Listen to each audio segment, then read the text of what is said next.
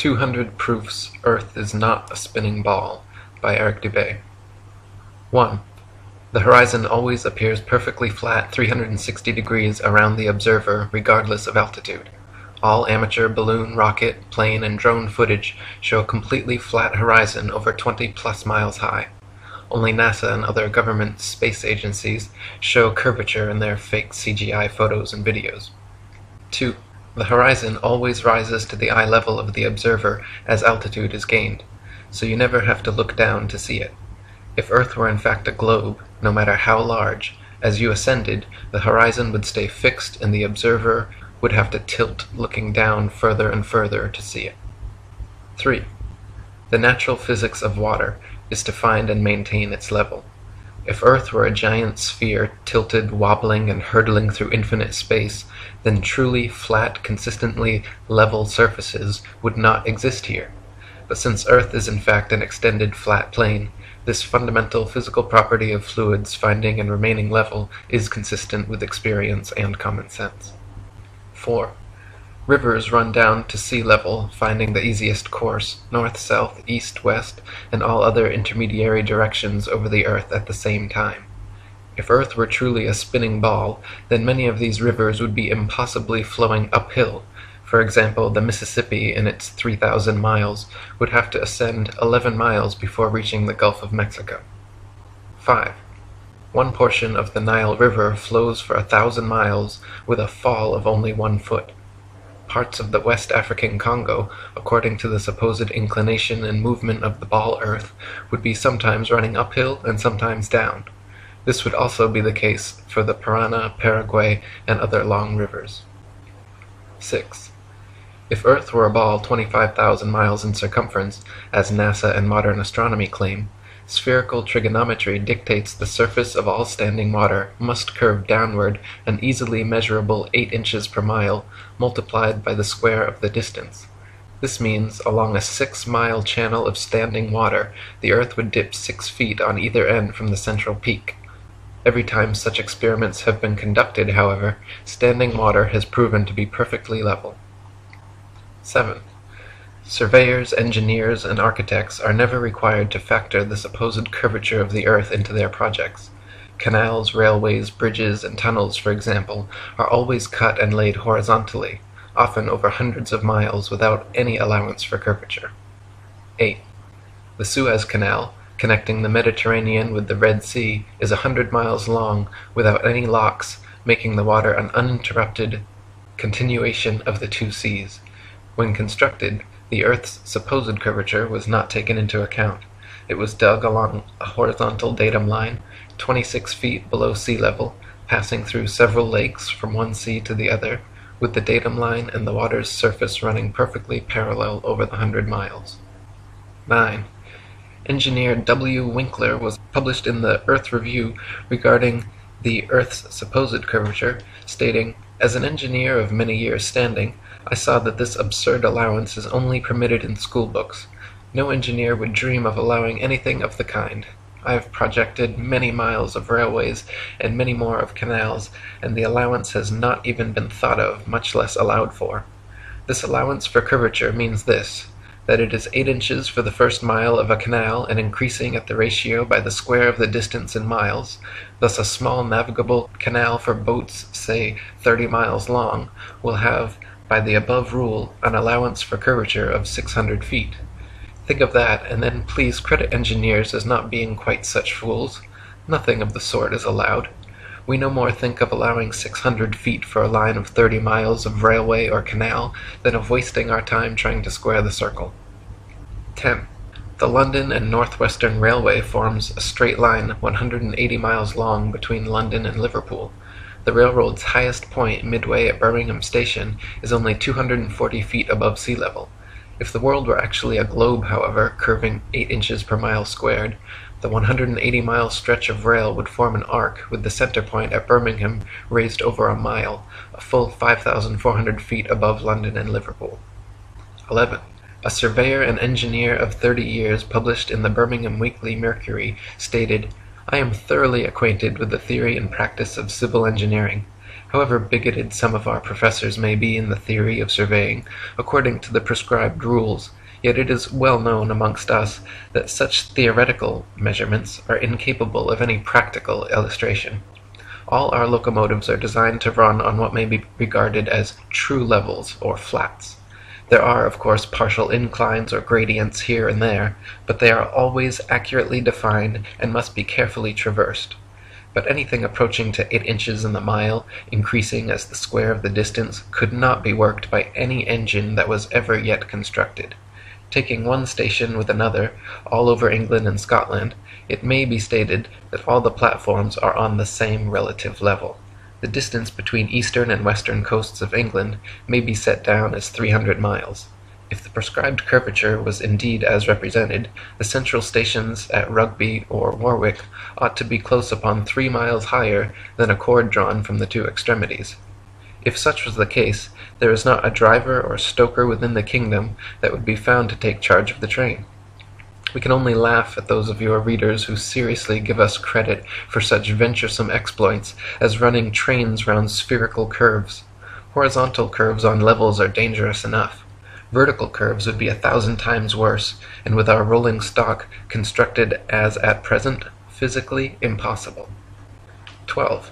The Manchester Ship Canal Company, published in the Earth Review, stated, "It is customary in railway and canal constructions for all levels to be referred to a datum which is nominally horizontal and is so shown on all sections. It is not the practice in laying out public works to make allowances for the curvature of the earth." 13. In a 19th century French experiment by M.M. and Arago, a powerful lamp with good reflectors was placed on the summit of Desierto las Palmas in Spain, and able to be seen all the way from Capri on the island of Ibiza. Since the elevation of the 2 points were identical, and the distance between covered nearly 100 miles, if the earth were a ball 25,000 miles in circumference, the light should have been more than 6,600 feet, a mile and a quarter, below the line of sight. 14. The Lieutenant Colonel Portlock experiment used oxyhydrogen Drummond's lights and heliostats to reflect the sun's rays across stations set up across 108 miles of St. George's Channel. If the Earth were actually a ball 25,000 miles in circumference, Portlock's light should have remained hidden under 1.5 miles of curvature. 15. If the Earth were truly a sphere 25,000 miles in circumference, airplane pilots would have to constantly correct their altitudes downwards so as to not fly straight off into outer space. A pilot wishing to simply maintain their altitude at a typical cruising speed of 500 miles per hour would have to constantly dip their nose downwards and descend 2,777 feet, over half a mile, every minute. Otherwise, without compensation, in 1 hour's time, the pilot would find themselves 31.5 miles higher than expected. 16. The experiment known as Airy's failure proved that stars move relative to a stationary Earth and not the other way around. By first filling a telescope with water to slow down the speed of light inside, then calculating the tilt necessary to get the starlight directly down the tube, Airy failed to prove the heliocentric theory, since the starlight was already coming in the correct angle with no change necessary, and instead proved the geocentric model correct. 17. Olber's paradox states that if there were billions of stars, which are suns, the night sky would be filled completely with light. As Edgar Allan Poe said, "Were the succession of stars endless, then the background of the sky would present us a uniform luminosity, since there could exist absolutely no point in all that background at which would not exist a star." In fact, Olber's paradox is no more a paradox than George Airy's experiment was a failure. Both are actually excellent refutations of the heliocentric spinning ball Earth model. 18. The Michelson, Morley, and Sagnac experiments attempted to measure the change in speed of light due to Earth's assumed motion through space. After measuring in every possible different direction in various locations, they failed to detect any significant change whatsoever, again proving the stationary geocentric model. 19. Tycho Brahe famously argued against the heliocentric theory in his time, positing that if the Earth revolved around the Sun, the change in relative position of the stars after 6 months' orbital motion could not fail to be seen. He argued that the stars should seem to separate as we approach and come together as we recede. In actual fact, however, after 190 million miles of supposed orbit around the Sun, not a single inch of parallax can be detected in the stars, proving that we have not moved at all. 20. If Earth were truly constantly spinning eastwards at over 1,000 miles per hour, vertically fired cannonballs and other projectiles should fall significantly due west. In actual fact, however, when this has been tested, vertically fired cannonballs shoot upwards an average of 14 seconds ascending, 14 seconds descending, and fall back to the ground no more than 2 feet away from the cannon, often directly back into the muzzle. 21. If the Earth were truly constantly spinning eastward at over 1,000 miles per hour, helicopters and hot air balloons should be able to simply hover over the surface of the Earth and wait for their destinations to come to them. 22.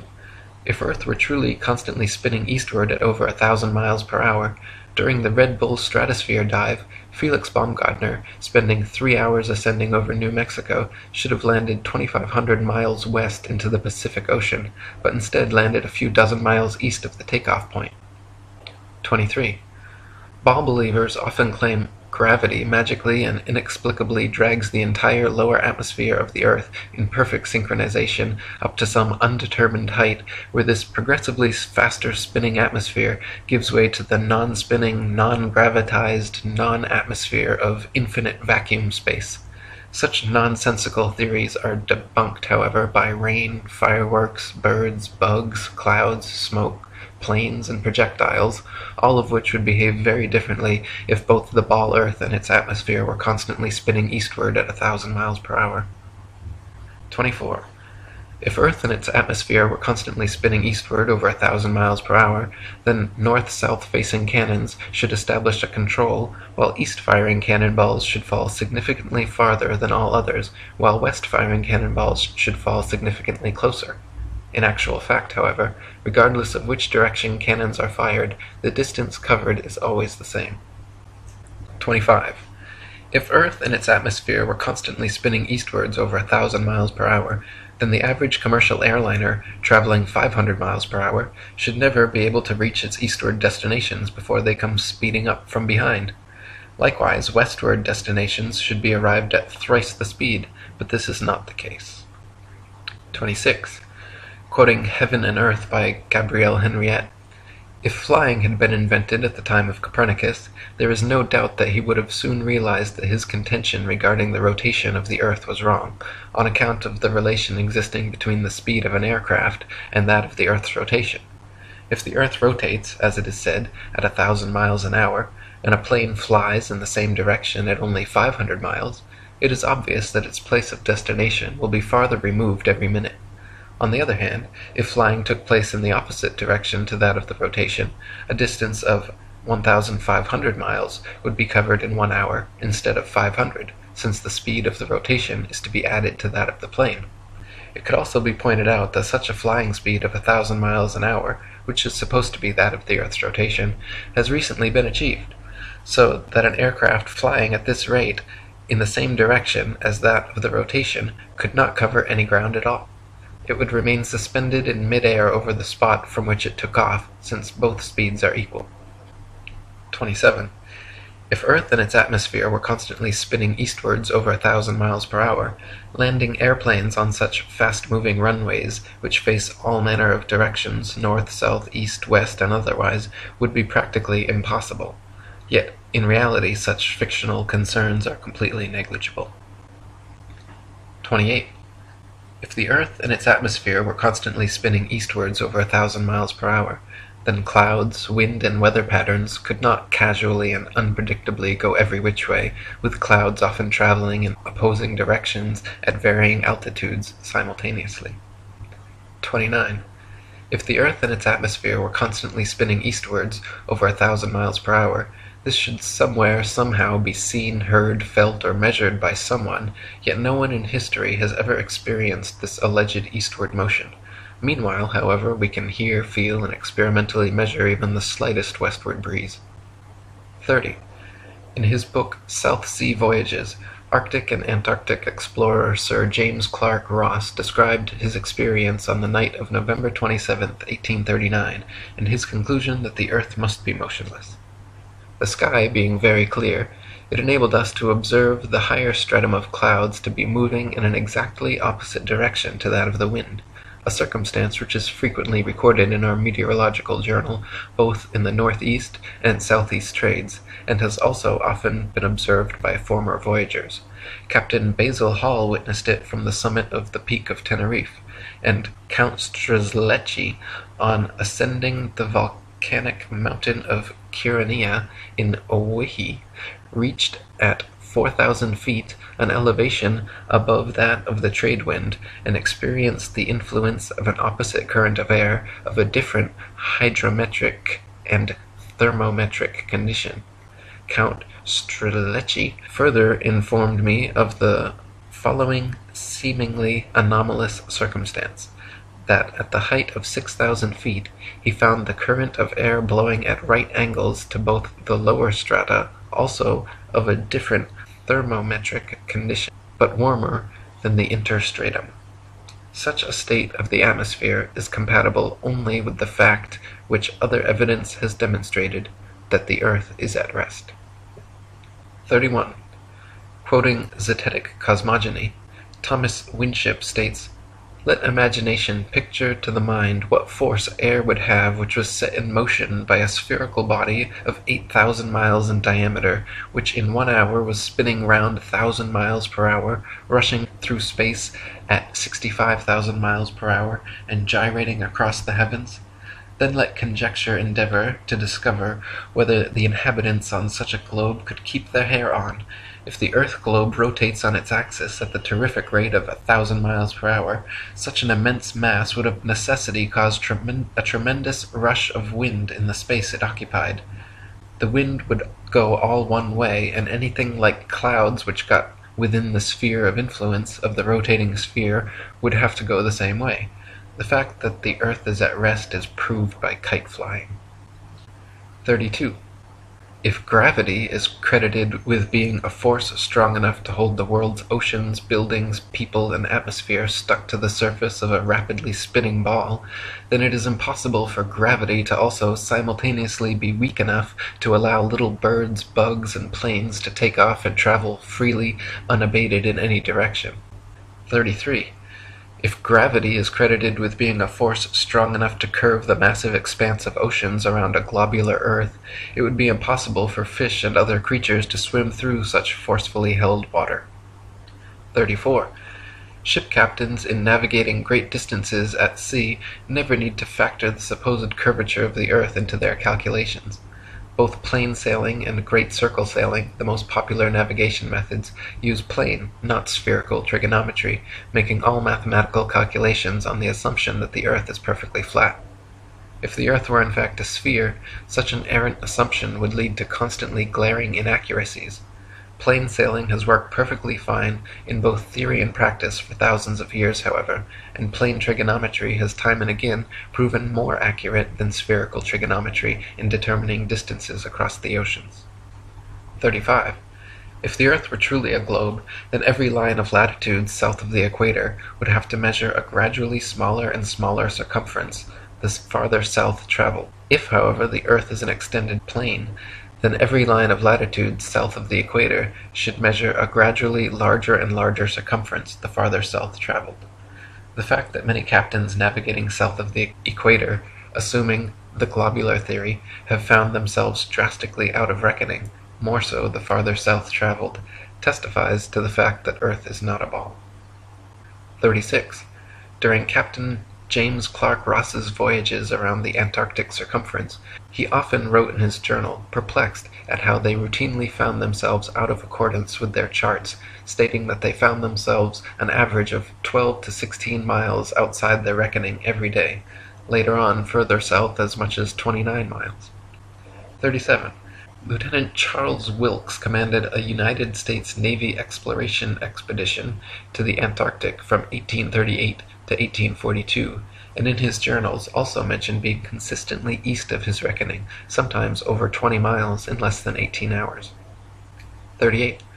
To quote Reverend Thomas Milner, "In the southern hemisphere, navigators to India have often fancied themselves east of the Cape when still west, and have been driven ashore on the African coast, which, according to their reckoning, lay behind them. This misfortune happened to a fine frigate, the Challenger, in 1845. How came Her Majesty's ship Conqueror to be lost? How have so many other noble vessels, perfectly sound, perfectly manned, perfectly navigated, been wrecked in calm weather, not only in dark night or in a fog, but in broad daylight and sunshine? In the former case, upon the coasts, in the latter upon sunken rocks, from being out of reckoning? The simple answer is that Earth is not a ball." 39. Practical distance measurements taken from the Australian Handbook Almanac Shippers and Importers Directory state that the straight-line distance between Sydney and Nelson is 1,550 statute miles. Their given difference in longitude is 22 degrees, 2 minutes, and 14 seconds. Therefore, if 22 degrees, 2 minutes, 14 seconds out of 360 is 1,550 miles, the entirety would measure 25,182 miles. This is not only larger than the ball Earth is said to be at the equator, but a whole 4,262 miles greater than it would be at Sydney's southern latitude on a globe of said proportions. 40. From near Cape Horn, Chile, to Port Phillip in Melbourne, Australia, the distance is 10,500 miles, or 143 degrees of longitude away.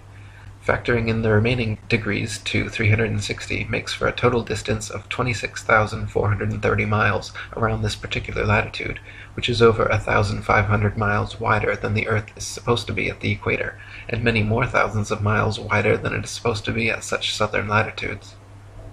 41.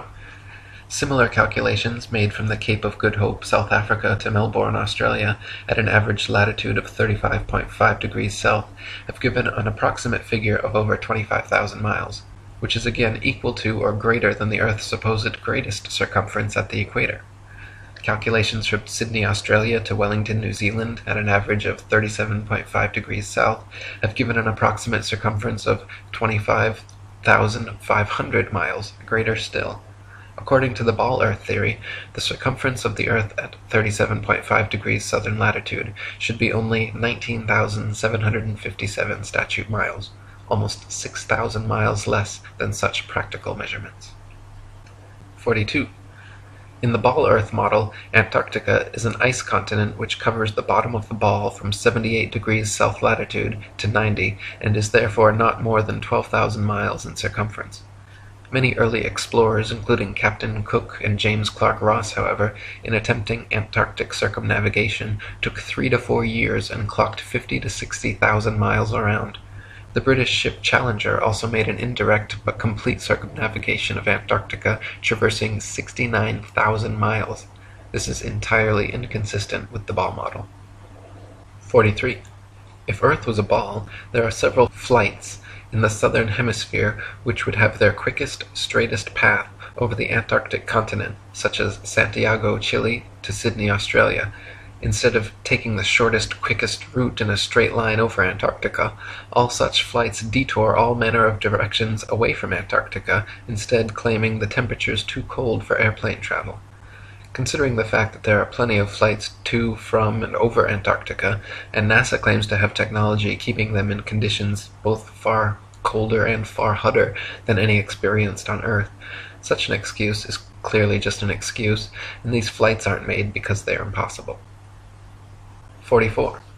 If Earth was a ball, and Antarctica was too cold to fly over, the only logical way to fly from Sydney to Santiago would be a straight shot over the Pacific, staying in the southern hemisphere the entire way.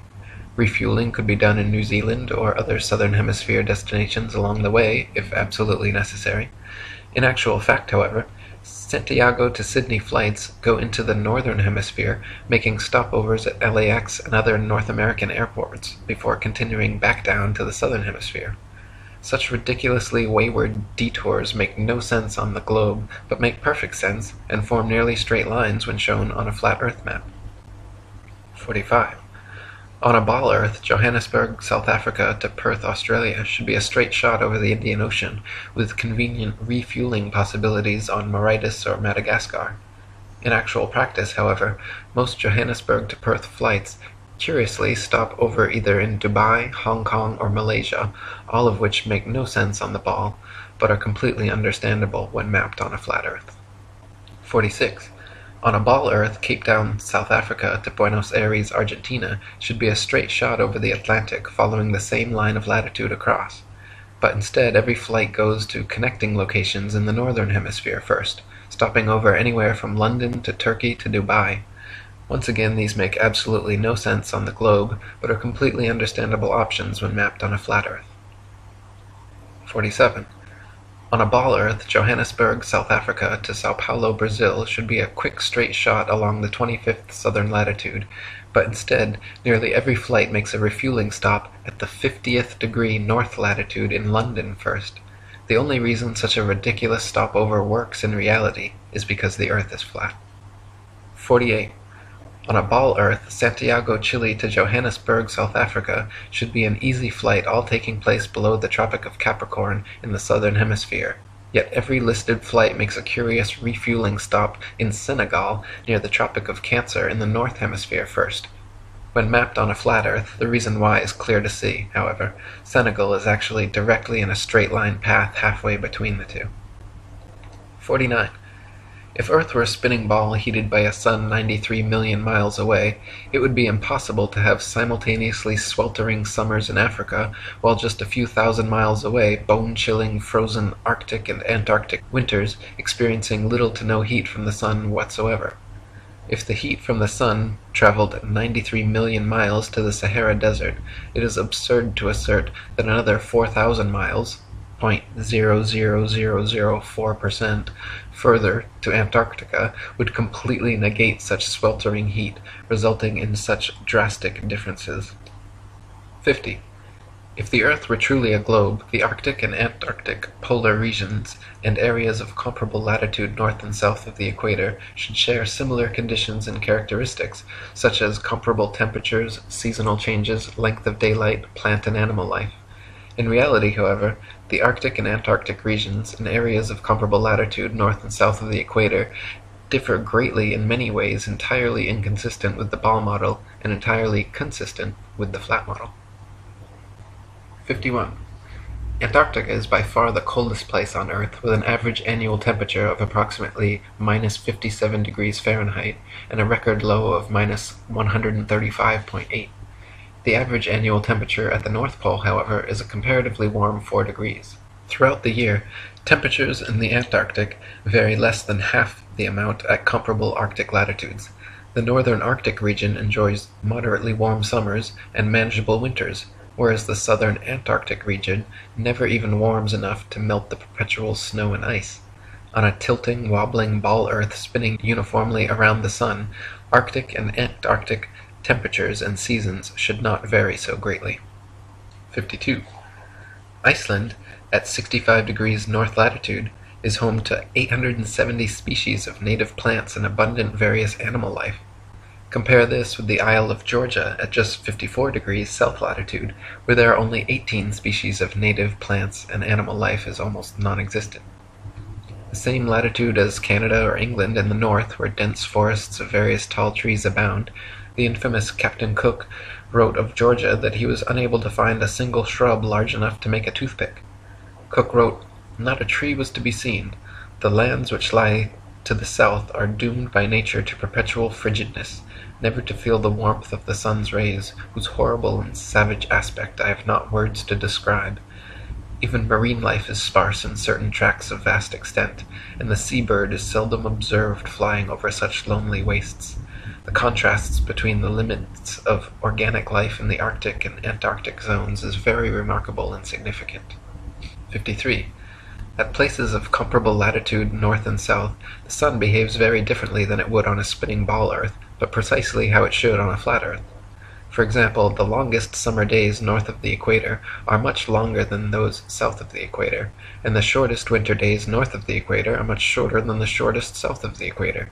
This is inexplicable on a uniformly spinning, wobbling ball Earth, but fits exactly on a flat model with the sun traveling circles over and around the Earth from tropic to tropic. 54. At places of comparable latitude north and south, Dawn and dusk happen very differently than they would on a spinning ball, but precisely how they should on a flat Earth. In the north, dawn and dusk come slowly and last far longer than in the south, where they come and go very quickly. Certain places in the north twilight can last for over an hour, while at comparable southern latitudes, within a few minutes the sunlight completely disappears. This is inexplicable on a uniformly spinning, wobbling ball Earth, but is exactly what is expected on a flat Earth with the sun traveling faster, wider circles over the south and slower, narrower circles over the north. 55. If the sun circles over and around the Earth every 24 hours, steadily traveling from tropic to tropic every 6 months, it follows that the northern central region would annually receive far more heat and sunlight than the southern circumferential region. Since the sun must sweep over the larger southern region in the same 24 hours it has to pass over the smaller northern region, its passage must necessarily be proportionally faster as well. This perfectly explains the differences in Arctic and Antarctic temperatures, seasons, length of daylight, plant and animal life. This is why the Antarctic morning dawn and evening twilight are very abrupt compared to the north, and this explains why many midsummer Arctic nights the sun does not set at all. 56.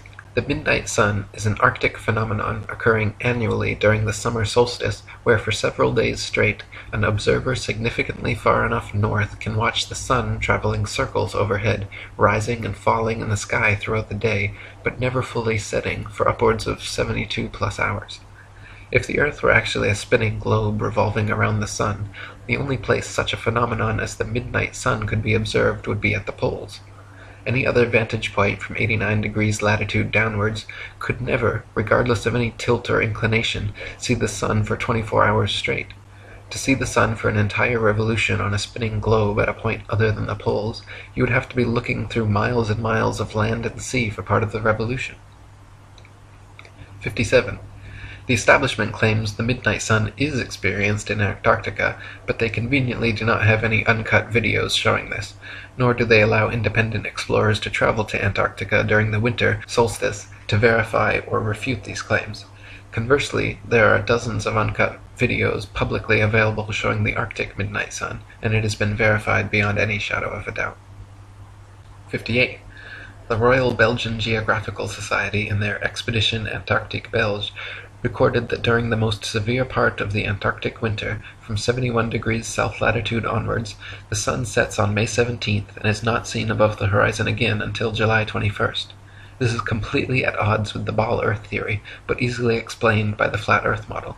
The midnight sun is seen from high altitudes in extreme northern latitudes during Arctic summer because the sun, at its innermost cycle, is circling tightly enough around the polar center that it remains visible above the horizon for someone at such a vantage point. Likewise, in extreme southern latitudes during Arctic summer, the sun completely disappears from view for over 2 months, because there, at the northern tropic, the innermost arc of its boomerang journey, the sun is circling the northern center too tightly to be seen from the southern circumference. 59. Quoting Gabrielle Henriette, "The theory of the rotation of the Earth may once and for all be definitely disposed of as impracticable by pointing out the following inadvertence. It is said that the rotation takes 24 hours and that its speed is uniform, in which case, necessarily, days and nights should have an identical duration of 12 hours each all the year round. The sun should invariably rise in the morning and set in the evening at the same hours, with the result that it would be the equinox every day from the 1st of January to the 31st of December. One should stop and reflect on this before saying that the Earth has a movement of rotation. How does the system of gravitation account for the seasonal variations in the length of days and nights if the Earth rotates at a uniform speed in 24 hours? 60. Anyone can prove the sea horizon perfectly straight and the Earth perfectly flat using nothing more than a level, tripods, and a wooden plank.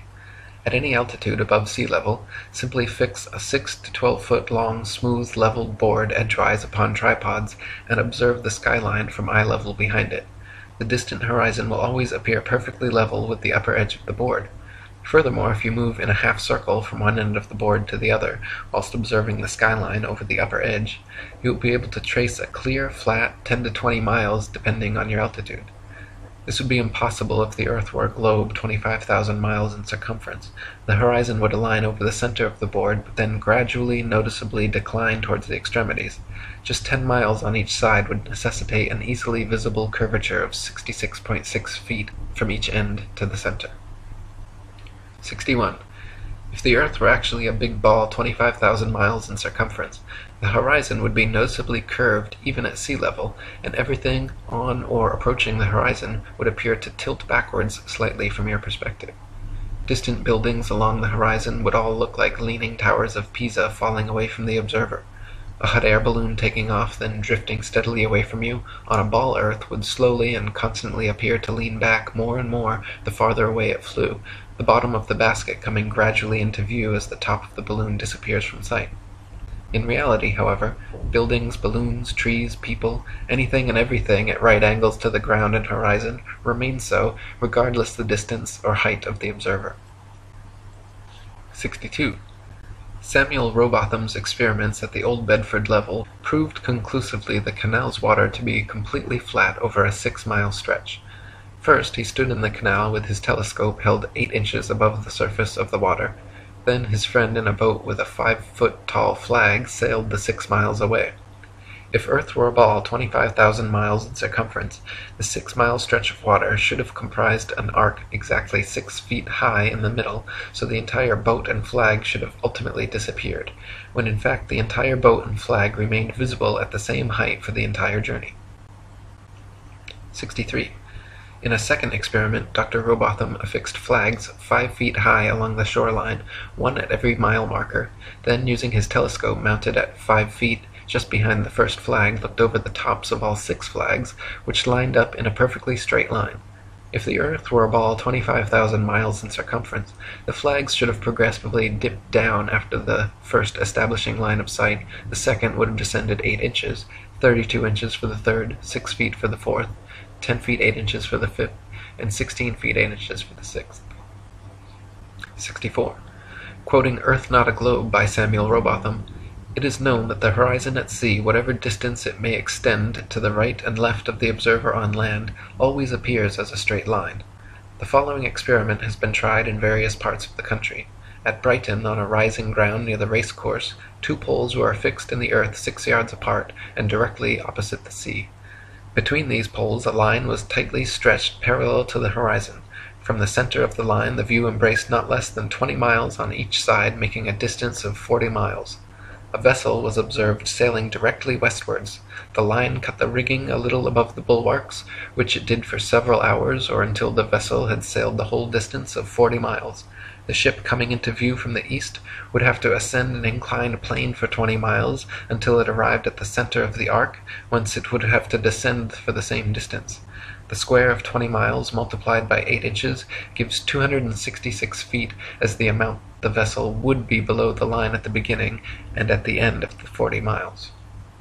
65. Also quoting Dr. Rowbotham, "On a shore near Waterloo, a few miles to the north of Liverpool, a good telescope was fixed at an elevation of 6 feet above the water. It was directed to a large steamer just leaving the River Mersey and sailing out to Dublin. Gradually the masthead of the receding vessel came nearer to the horizon, until at length, after more than 4 hours had elapsed, it disappeared.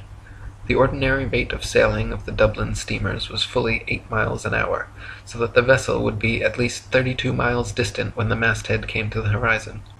The 6 feet of elevation of the telescope would require 3 miles to be deducted for convexity, which would leave 29 miles, the square of which, multiplied by 8 inches, gives 560 feet, deducting 80 feet for the height of the main mast, and we find that, according to the doctrine of rotundity, the masthead of the outward-bound steamer should have been 480 feet below the horizon. Many other experiments of this kind have been made upon sea-going steamers, and always with results entirely incompatible with the theory that the earth is a globe." 66. Dr. Rowbotham conducted several other experiments using telescopes, spirit levels, sextants, and theodolites, special precision instruments used for measuring angles in horizontal or vertical planes. By positioning them at equal heights, aimed at each other successively, he proved over and over the earth to be perfectly flat for miles without a single inch of curvature. His findings caused quite a stir in the scientific community, and thanks to 30 years of his efforts, the shape of the Earth became a hot topic of debate around the turn of the 19th century. 67. The distance across the Irish Sea from the Isle of Man's Douglas Harbour to Great Orme's Head in North Wales is 60 miles. If the Earth was a globe, then the surface of the water between them would form a 60-mile arc, the center towering 1,944 feet higher than the coastlines at either end.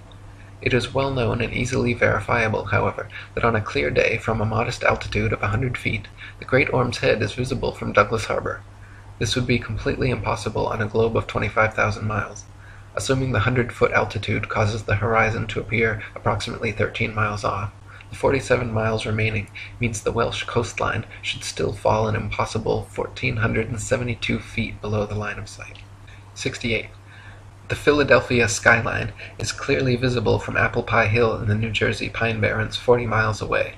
If Earth were a ball 25,000 miles in circumference, factoring in the 205-foot elevation of Apple Pie Hill, the Philly skyline should remain well hidden beyond 335 feet of curvature. 69. The New York City skyline is clearly visible from Harriman State Park's Bear Mountain 60 miles away. If Earth were a ball 25,000 miles in circumference, viewing from Bear Mountain's 1,283-foot summit, the Pythagorean theorem determining distance to the horizon being 1.23 times the square root of the height in feet, the New York City skyline should be invisible behind 170 feet of curved Earth. 70.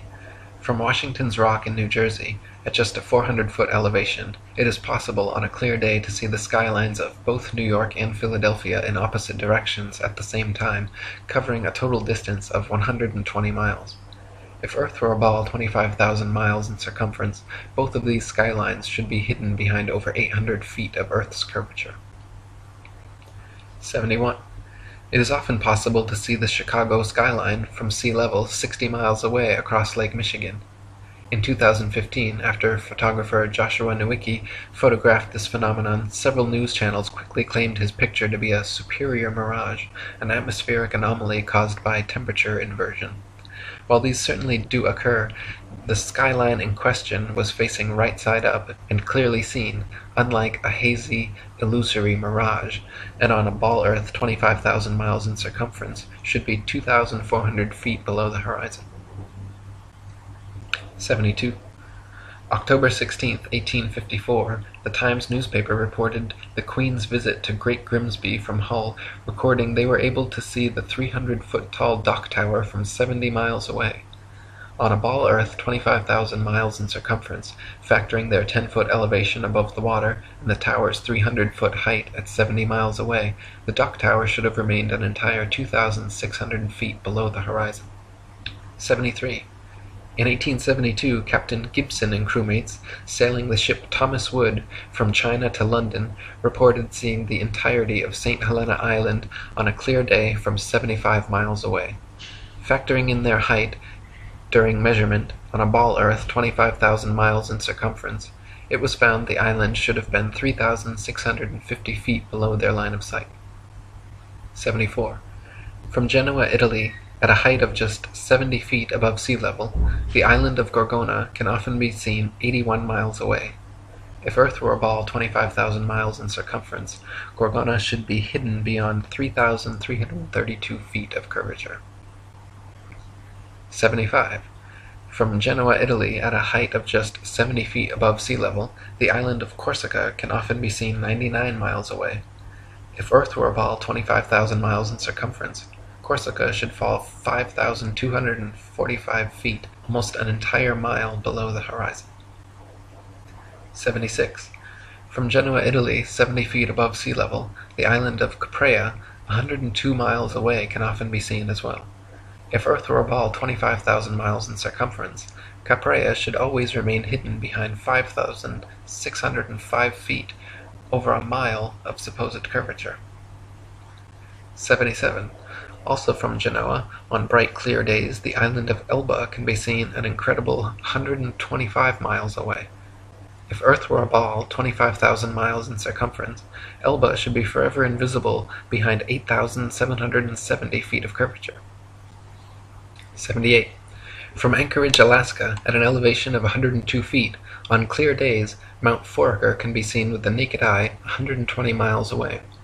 If Earth were a ball 25,000 miles in circumference, Mount Foraker's 17,400-foot summit should be leaning back away from the observer, covered by 7,719 feet of curved earth.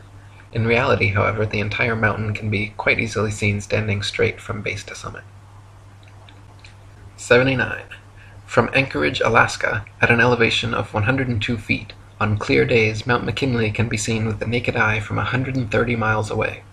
If Earth were a ball 25,000 miles in circumference, Mount McKinley's 20,320-foot summit should be leaning back away from the observer and almost half covered by 9,220 feet of curved earth. In reality, however, the entire mountain can be quite easily seen standing straight from base to summit. 80. In Chambers' Journal, February 1895, a sailor near Mauritius in the Indian Ocean reported having seen a vessel which turned out to be an incredible 200 miles away. The incident caused much heated debate in nautical circles at the time, gaining further confirmation in Aden, Yemen, where another witness reported seeing a missing Bombay steamer from 200 miles away. He correctly stated the precise appearance, location, and direction of the steamer, all later corroborated and confirmed correct by those on board.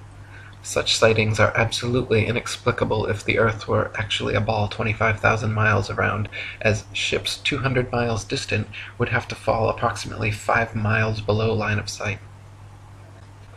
81.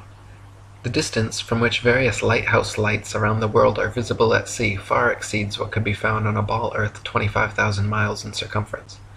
For example, the Dunkirk light in southern France, at an altitude of 194 feet, is visible from a boat 10 feet above sea level, 28 miles away. Spherical trigonometry dictates that if the Earth was a globe with the given curvature of 8 inches per mile squared, this light should be hidden 190 feet below the horizon. 82. The Port Nicholson light in New Zealand is 420 feet above sea level and visible from 35 miles away, where it should be 220 feet below the horizon. 83. The Icaro light in Norway is 154 feet above high water and visible from 28 statute miles, where it should be 230 feet below the horizon. 84. The light at Madras on the Esplanade is 132 feet high and visible from 28 miles away, where it should be 250 feet below the line of sight. 85. The Cordonan light on the west coast of France is 207 feet high and visible from 31 miles away, where it should be 280 feet below the line of sight. 86. The light at Cape Bonavista, Newfoundland, is 150 feet above sea level and visible at 35 miles, where it should be 491 feet below the horizon. 87. The lighthouse steeple of St. Botolph's Parish Church in Boston is 290 feet tall and visible from over 40 miles away, where it should be hidden a full 800 feet below the horizon. 88. The Isle of Wight Lighthouse in England is 180 feet high and can be seen up to 42 miles away, a distance at which modern astronomers say the light should fall 996 feet below the line of sight. 89. The Cape Legolas Lighthouse in South Africa is 33 feet high, 238 feet above sea level, and can be seen for over 50 miles. If the world were a globe, this light would fall 1,400 feet below an observer's line of sight. 90. The Statue of Liberty in New York stands 326 feet above sea level, and on a clear day can be seen as far as 60 miles away. If the Earth were a globe, that would put Lady Liberty at an impossible 2,074 feet below the horizon. 91. The lighthouse at Port Said, Egypt, at an elevation of only 60 feet, has been seen an astonishing 58 miles away, where, according to modern astronomy, it should be 2,182 feet below the line of sight. 92. The Notre Dame Antwerp spire stands 403 feet high from the foot of the tower, with Strasbourg measuring 468 feet above sea level. With the aid of a telescope, ships can be distinguished on the horizon, and captains declare they can see the cathedral spire from an amazing 150 miles away. If the Earth were a globe, however, at that distance the spire should be an entire mile, 5,280 feet below the horizon. 93. The St. George's Channel between Holyhead and Kingstown Harbour near Dublin is 60 miles across. When halfway across, a ferry passenger will notice behind them the light on Holyhead Pier as well as in front of them the Poolbeg light in Dublin Bay. The Holyhead Pier light is 44 feet high, while the Poolbeg lighthouse 68 feet. Therefore, a vessel in the middle of the channel, 30 miles from either side, standing on a deck 24 feet above the water, can clearly see both lights. On a ball earth 25,000 miles in circumference, however, both lights should be hidden well below both horizons by over 300 feet. 94. From the highland near Portsmouth Harbour in Hampshire, England, looking across Spithead to the Isle of Wight, the entire base of the island, where water and land come together, composes a perfectly straight line 22 statute miles long.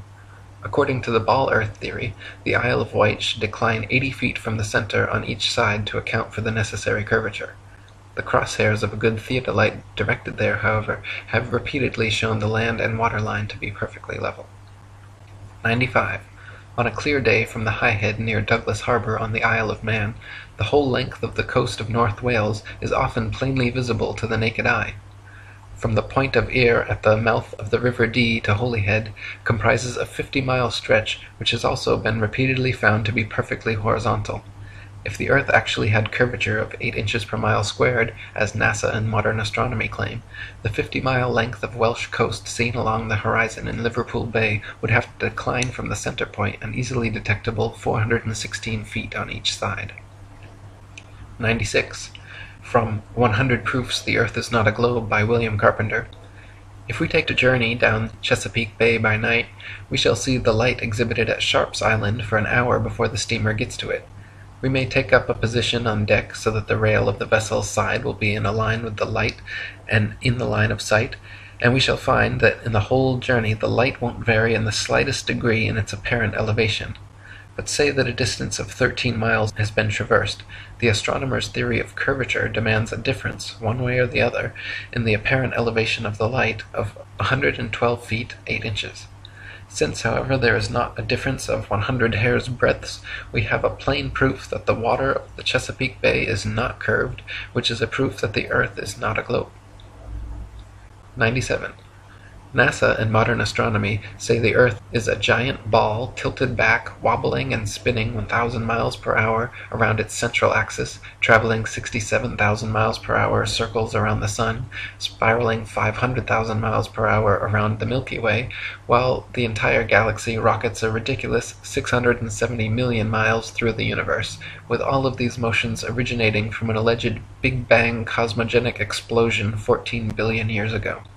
That's a grand total of 67,568,000 miles per hour in several different directions we're all supposedly speeding along at simultaneously, yet no one has ever seen, felt, heard, measured, or proven a single one of these motions to exist whatsoever.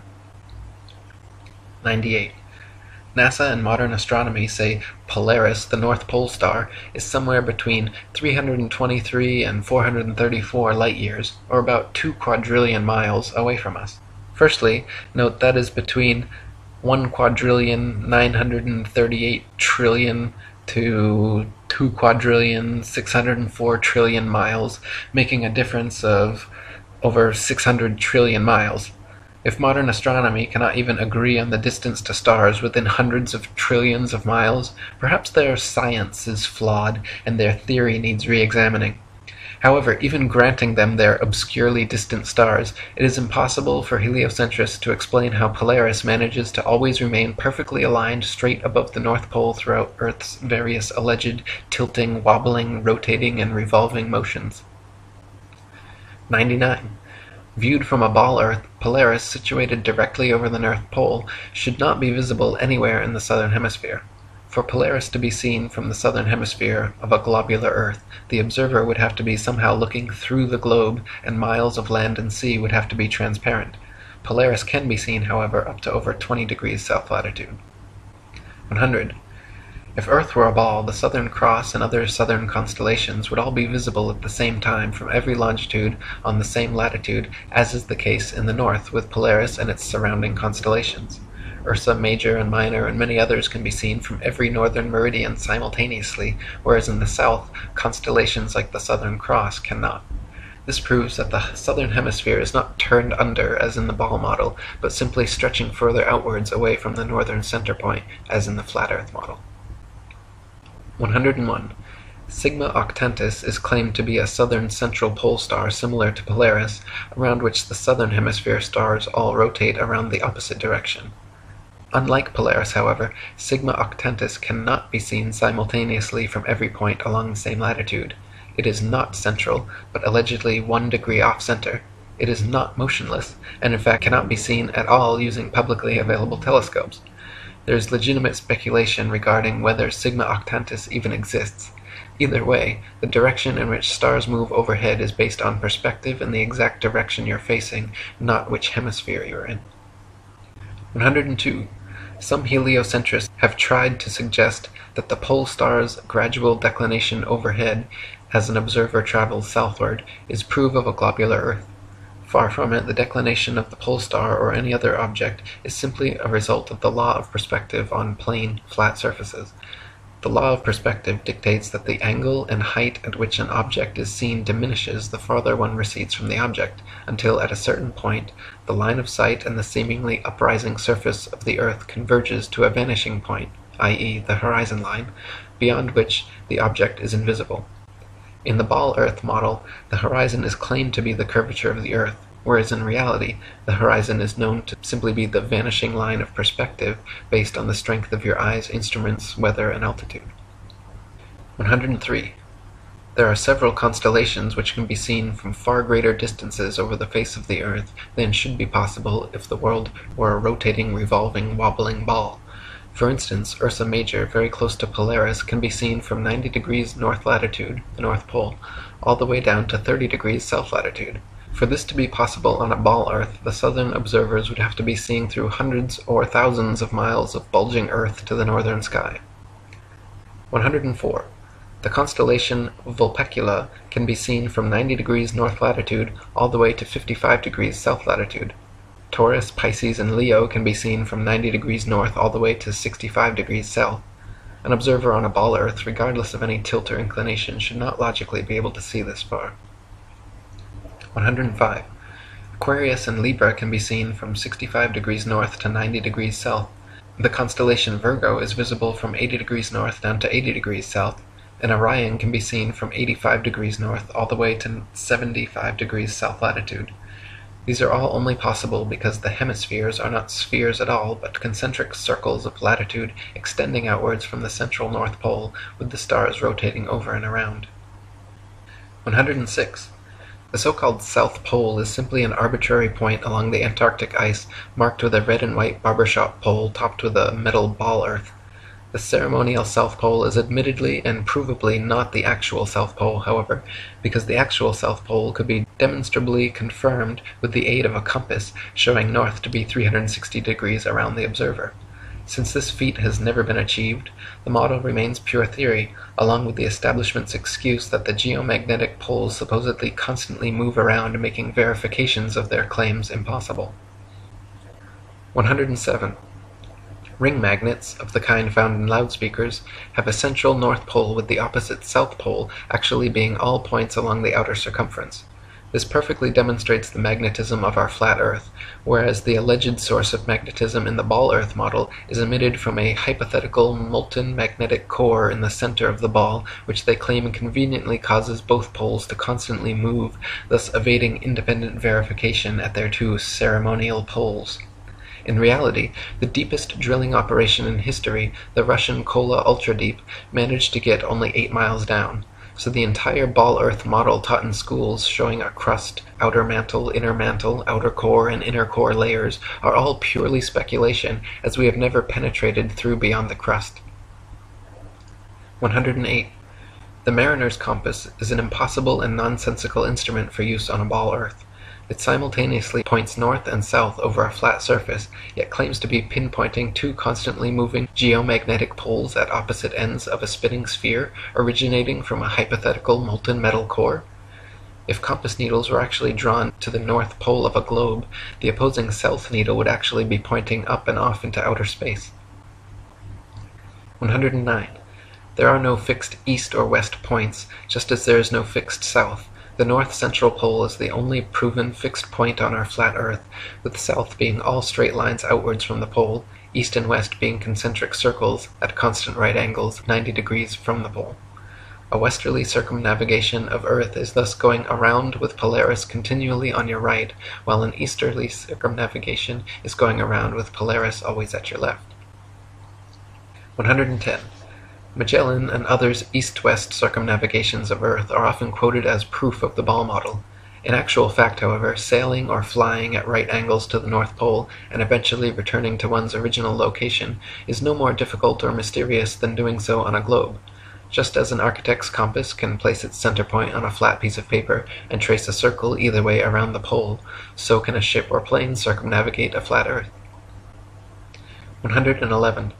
Since the North Pole and Antarctica are covered in ice and guarded no-fly zones, no ships or planes have ever been known to circumnavigate the Earth in north-south directions. The only kind of circumnavigation which could not happen on a flat Earth is north and southbound, which is likely the very reason for the heavily enforced flight restrictions. The fact that there is yet to be a single verified north-to-south circumnavigation of Earth serves as standing proof the world is not a ball. 112. The sun brings noon to every time zone as it passes directly overhead every 15-degree demarcation point, 24 times per day, in its circular path over and around the Earth. If time zones were instead caused by the uniform spinning of the ball Earth around the sun, every 6 months, as Earth found itself on the opposite side of the sun, clocks all over Earth would have to flip 12 hours. Day would be night, and night would be day. 113. The idea that people are standing, ships are sailing, and planes are flying upside down on certain parts of Earth, while others tilted at 90 degrees and all other impossible angles, is complete absurdity. The idea that a man digging a hole straight down could eventually reach sky on the other side is ludicrous. Common sense tells every free-thinking person correctly that there truly is an up and down in nature, unlike the everything is relative rhetoric of the Newtonian Einsteinian paradigm. 114. Quoting On the False Wisdom of the Philosophers by Lactantius, a sphere where people on the other side live with their feet above their heads, where rain, snow, and hail fall upwards, where trees and crops grow upside down, and the sky is lower than the ground, the ancient wonder of the hanging gardens of Babylon dwindle into nothing in comparison to the fields, seas, towns, and mountains that pagan philosophers believe to be hanging from the earth without support. 115. The existing laws of density and buoyancy perfectly explain the physics of falling objects long before knighted Freemason Sir Isaac Newton bestowed his theory of gravity upon the world. It is a fact that objects placed in denser mediums rise up, while objects placed in less dense mediums sink down. To fit with the heliocentric model, which has no up or down, Newton instead claimed objects are attracted to large masses and fall towards the center. Not a single experiment in history, however, has shown an object massive enough to, by virtue of its mass alone, cause other smaller masses to be attracted to it, as Newton claims gravity does with the Earth, the Sun, Moon, stars, and planets. 116. There has also never been a single experiment in history showing an object massive enough to, by virtue of its mass alone, cause another smaller mass to orbit around it. The magic theory of gravity allows for oceans, buildings, and people to remain forever stuck to the underside of a spinning ball, while simultaneously causing objects like the moon and satellites to remain locked in perpetual circular orbits around the Earth. If these were both true, then people should be able to jump up and start orbiting circles around the Earth, or the moon should have long ago been sucked into the Earth. Neither of these theories have ever been experimentally verified, and their alleged results are mutually exclusive. 117.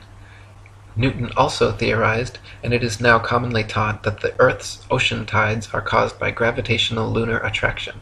If the moon is only 2,160 miles in diameter, and the Earth 8,000 miles, However, using their own math and law, it follows that the Earth is 87 times more massive, and therefore the larger object should attract the smaller to it, and not the other way around.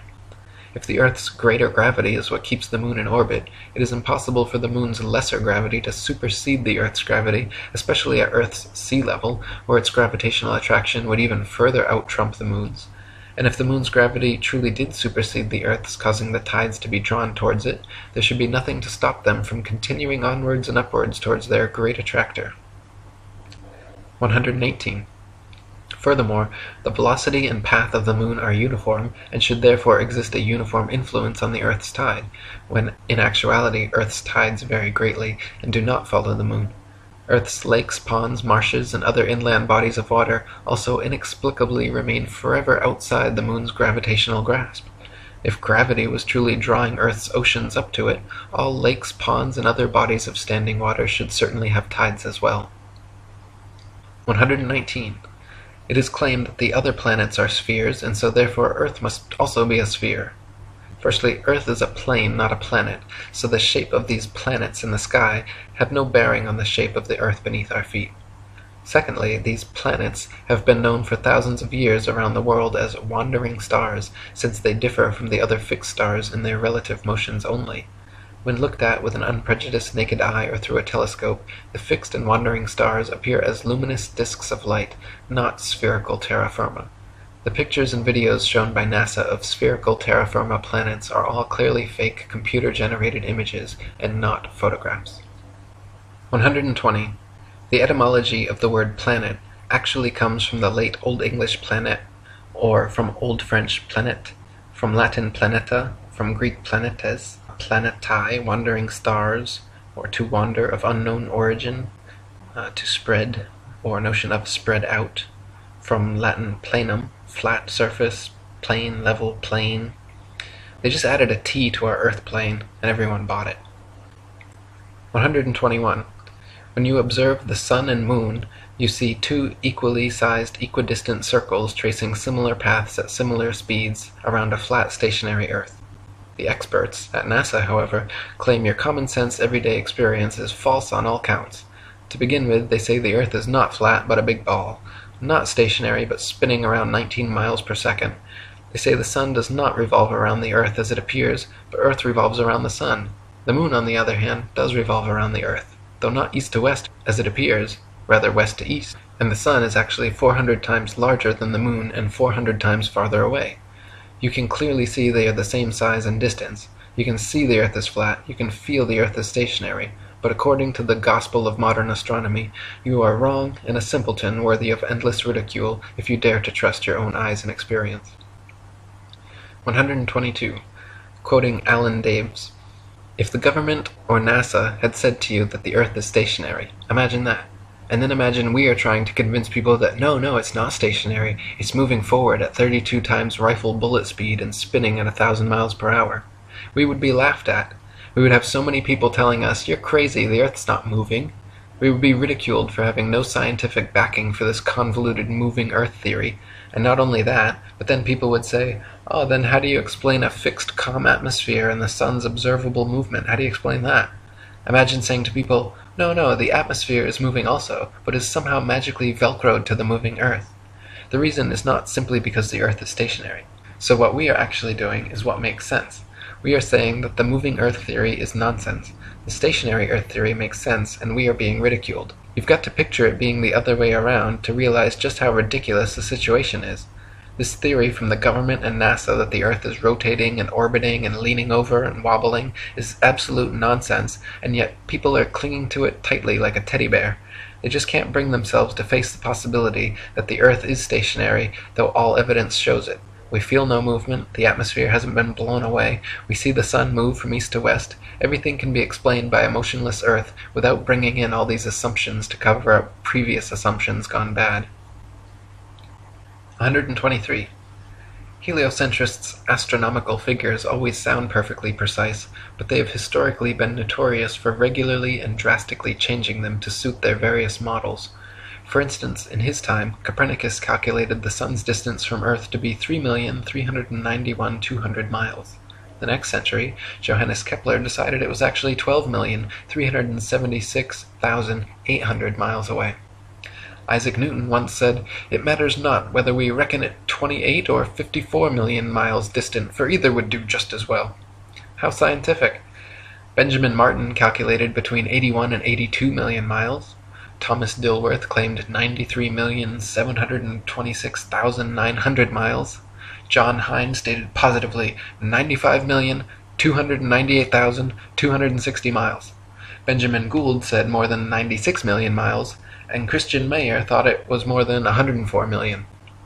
Flat earthers throughout the ages, conversely, have used sextants and plane trigonometry to make such calculations, and found the sun and the moon both to be only about 32 miles in diameter and less than a few thousand miles from Earth. 124. Amateur balloon footage taken above the clouds has provided stunning visual proof that the sun cannot be millions of miles away. In several shots, you can see a clear hotspot reflecting on the clouds directly below the sun's spotlight-like influence. If the sun were actually millions of miles away, such a small, localized hotspot could not occur. 125. Another proof the sun is not millions of miles away is found by tracing the angle of sun rays back to their source above the clouds. There are thousands of pictures showing how sunlight comes down through cloud cover at a variance of converging angles. The area of convergence is, of course, the sun, and is not millions of miles away, but rather relatively close to Earth, just above the clouds. 126.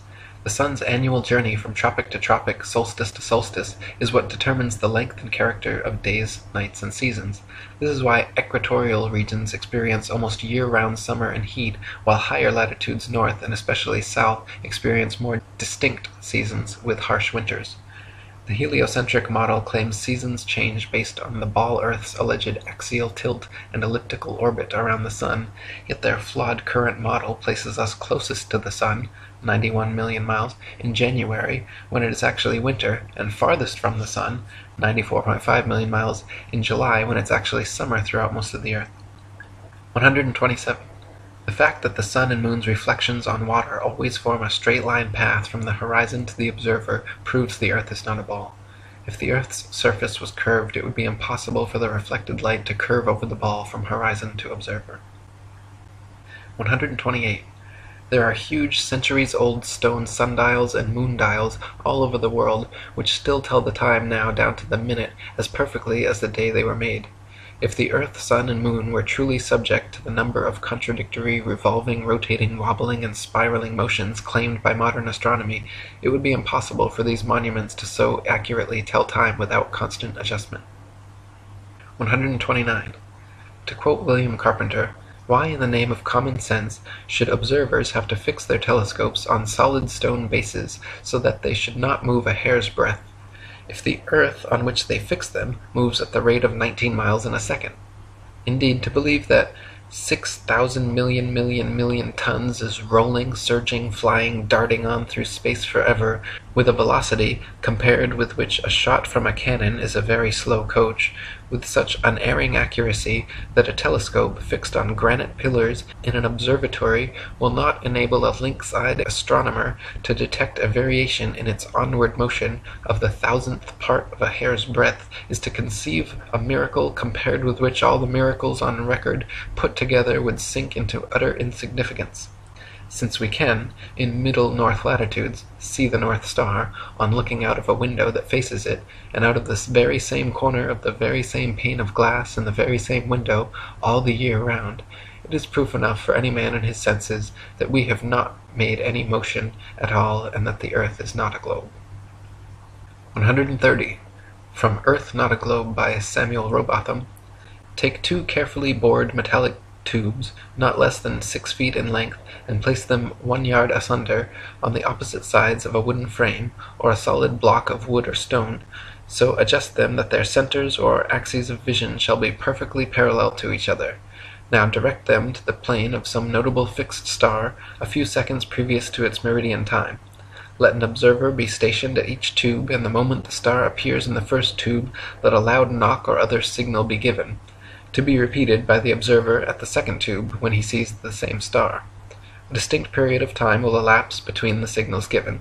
The signals will follow each other in very rapid succession, but still, the time between is sufficient to show that the same star is not visible at the same moment by two parallel lines of sight when only 1 yard asunder.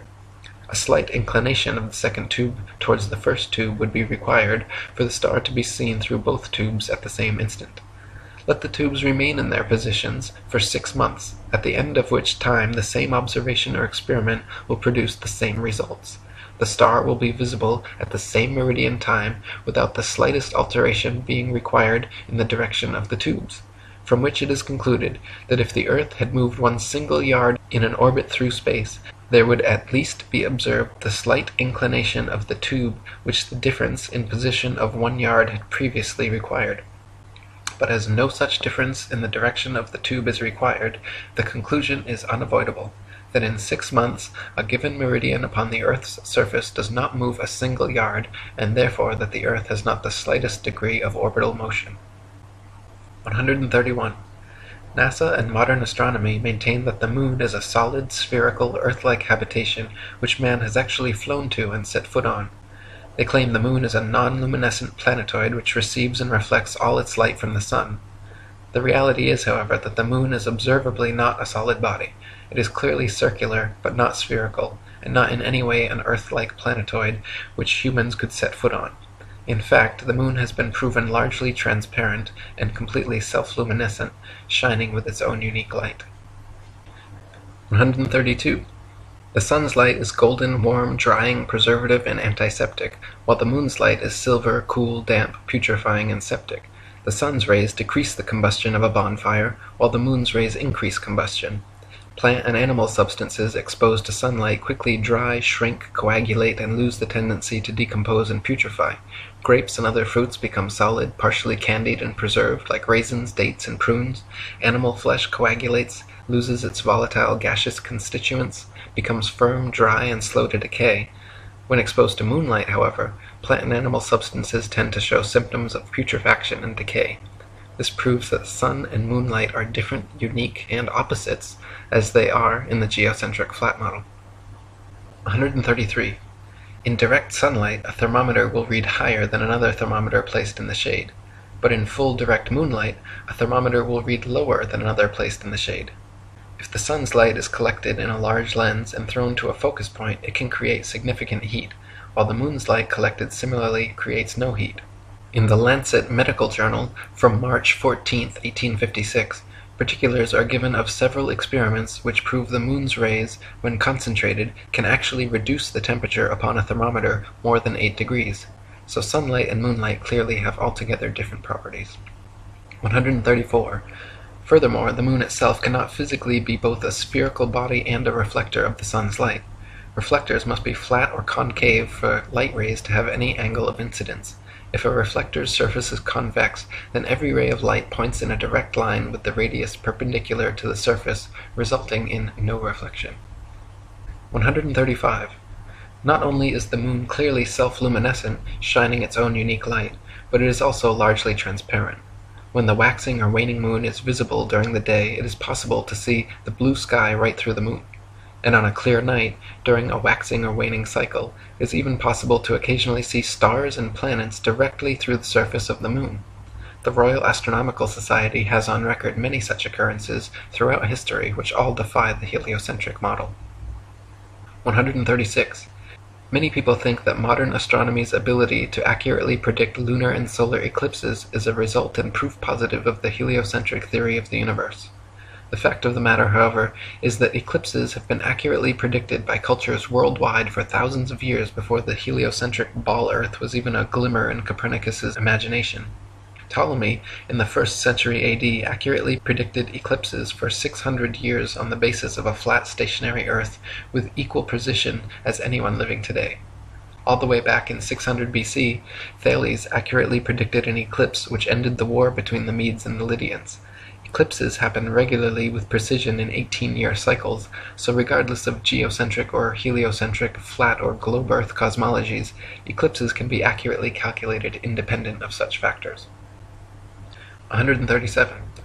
Another assumption and supposed proof of the Earth's shape, heliocentrists claim that lunar eclipses are caused by the shadow of the ball Earth occulting the moon.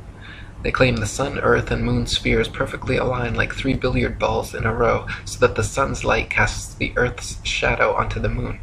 Unfortunately for heliocentrists, this explanation is rendered completely invalid due to the fact that lunar eclipses have happened and continue to happen regularly when both the Sun and Moon are still visible together above the horizon. For the Sun's light to be casting Earth's shadow onto the Moon, the three bodies must be aligned in a straight 180-degree syzygy, but as early as the time of Pliny, there are records of lunar eclipses happening while both the Sun and Moon are visible in the sky. Therefore, the eclipser of the Moon cannot be the Earth or Earth's shadow, and some other explanation must be sought. 138. Another favorite proof of ball earthers is the appearance from an observer on shore of ships' hulls being obfuscated by the water and disappearing from view when sailing away towards the horizon. Their claim is that ships' hulls disappear before their mastheads because the ship is beginning its declination around the convex curvature of the ball earth. Once again, however, their hasty conclusion is drawn from a faulty premise, namely that only on a ball earth could this phenomenon occur. The fact of the matter is that the law of perspective on plane surfaces dictates and necessitates the exact same occurrence. For example, a girl wearing a dress walking away towards the horizon will appear to sink into the earth the farther away she walks. Her feet will disappear from view first, and the distance between the ground and the bottom of her dress will gradually diminish until, after a half a mile, it seems like her dress is touching the ground as she walks on invisible legs. Such is the case on plane surfaces. The lowest parts of objects receding from a given point of observation necessarily disappear before the highest. 139. Not only is the disappearance of ships' hulls explained by the law of perspective on flat surfaces, it is proven undeniably true with the aid of a good telescope. If you watch a ship sailing away into the horizon with the naked eye until its hull has completely disappeared from view under the supposed curvature of the earth, then look through a telescope, you will notice the entire ship quickly zooms back into view, hull and all, proving that the disappearance was caused by the law of perspective, not by a wall of curved water. This also proves that the horizon is simply the vanishing line of perspective from your point of view, not the alleged curvature of the earth. 140. Foucault's pendulums are often quoted as proof of a rotating earth, but upon closer investigation prove the opposite. To begin with, Foucault's pendulums do not uniformly swing in any one direction. Sometimes they rotate clockwise and sometimes counterclockwise. Sometimes they fail to rotate, and sometimes they rotate far too much. The behavior of the pendulum actually depends on 1. The initial force beginning its swing, and 2. The ball and socket joint, which most readily facilitates circular motion over any other. The supposed rotation of the earth is completely inconsequential and irrelevant to the pendulum's swing. If the alleged constant rotation of the earth affected pendulums in any way, then there should be no need to manually start pendulums in motion. If the earth's diurnal rotation caused the 360-degree uniform diurnal rotation of pendulums, then there should not exist a stationary pendulum anywhere on earth. 141. The Coriolis effect is often said to cause sinks in toilet bowls in the northern hemisphere to drain spinning in one direction, while in the southern hemisphere causing them to spin the opposite way, thus providing proof of the spinning ball earth. Once again, however, just like Foucault's pendulums spinning either which way, sinks and toilets in the northern and southern hemispheres do not consistently spin in any one direction. Sinks and toilets in the very same household are often found to spin opposite directions, depending entirely upon the shape of the basin and the angle of the water's entry, not the supposed rotation of the earth. 142. People claim that if the earth were flat, they should be able to use a telescope and see clear across the oceans. This is absurd, however, as the air is full of precipitation, especially over the oceans, and especially at the lowest, densest layer of atmosphere, is not transparent. Picture the blurry haze over roads on hot, humid days. Even the best telescope will blur out long before you could see across an ocean. You can, however, use a telescope to zoom in much more of our flat Earth than would be possible on a ball 25,000 miles in circumference. 143. People claim that if the Earth were flat, with the sun circling over and around us, we should be able to see the sun from everywhere, all over the Earth, and there should be daylight, even at night time. Since the sun is not 93 million miles away, but rather just a few thousand, and shining down like a spotlight, once it has moved significantly far enough away from your location, it becomes invisible beyond the horizon, and daylight slowly fades until it completely disappears. If the sun were 93 million miles away and the Earth a spinning ball, the transition from daylight to night would instead be almost instantaneous as you passed the terminator line. 144. Pictures of the moon appearing upside down in the southern hemisphere and right side up in the north are often cited as proof of the ball Earth, but once again, upon closer inspection, provide another proof of the flat model. In fact, time-lapse photography shows the moon itself turns clockwise like a wheel as it circles over and around the Earth. You can find pictures of the moon at 360 degrees of various inclination from all over the Earth, simply depending on where and when the picture was taken. 145. Heliocentrists believe the moon is a ball, even though its appearance is clearly that of a flat luminous disk. We only ever see the same one face, albeit at various inclinations, of the moon, yet it is claimed that there is another dark side of the moon which remains hidden. NASA states the moon spins opposite the spin of the Earth in such a perfectly synchronized way that the motions cancel each other out, so we will conveniently never be able to observe the supposed dark side of the moon outside of their terrible fake CGI images. Fact of the matter is, however, if the moon were a sphere, observers in Antarctica would see a different face from those at the equator, yet they do not. Just the same flat face rotated at various degrees.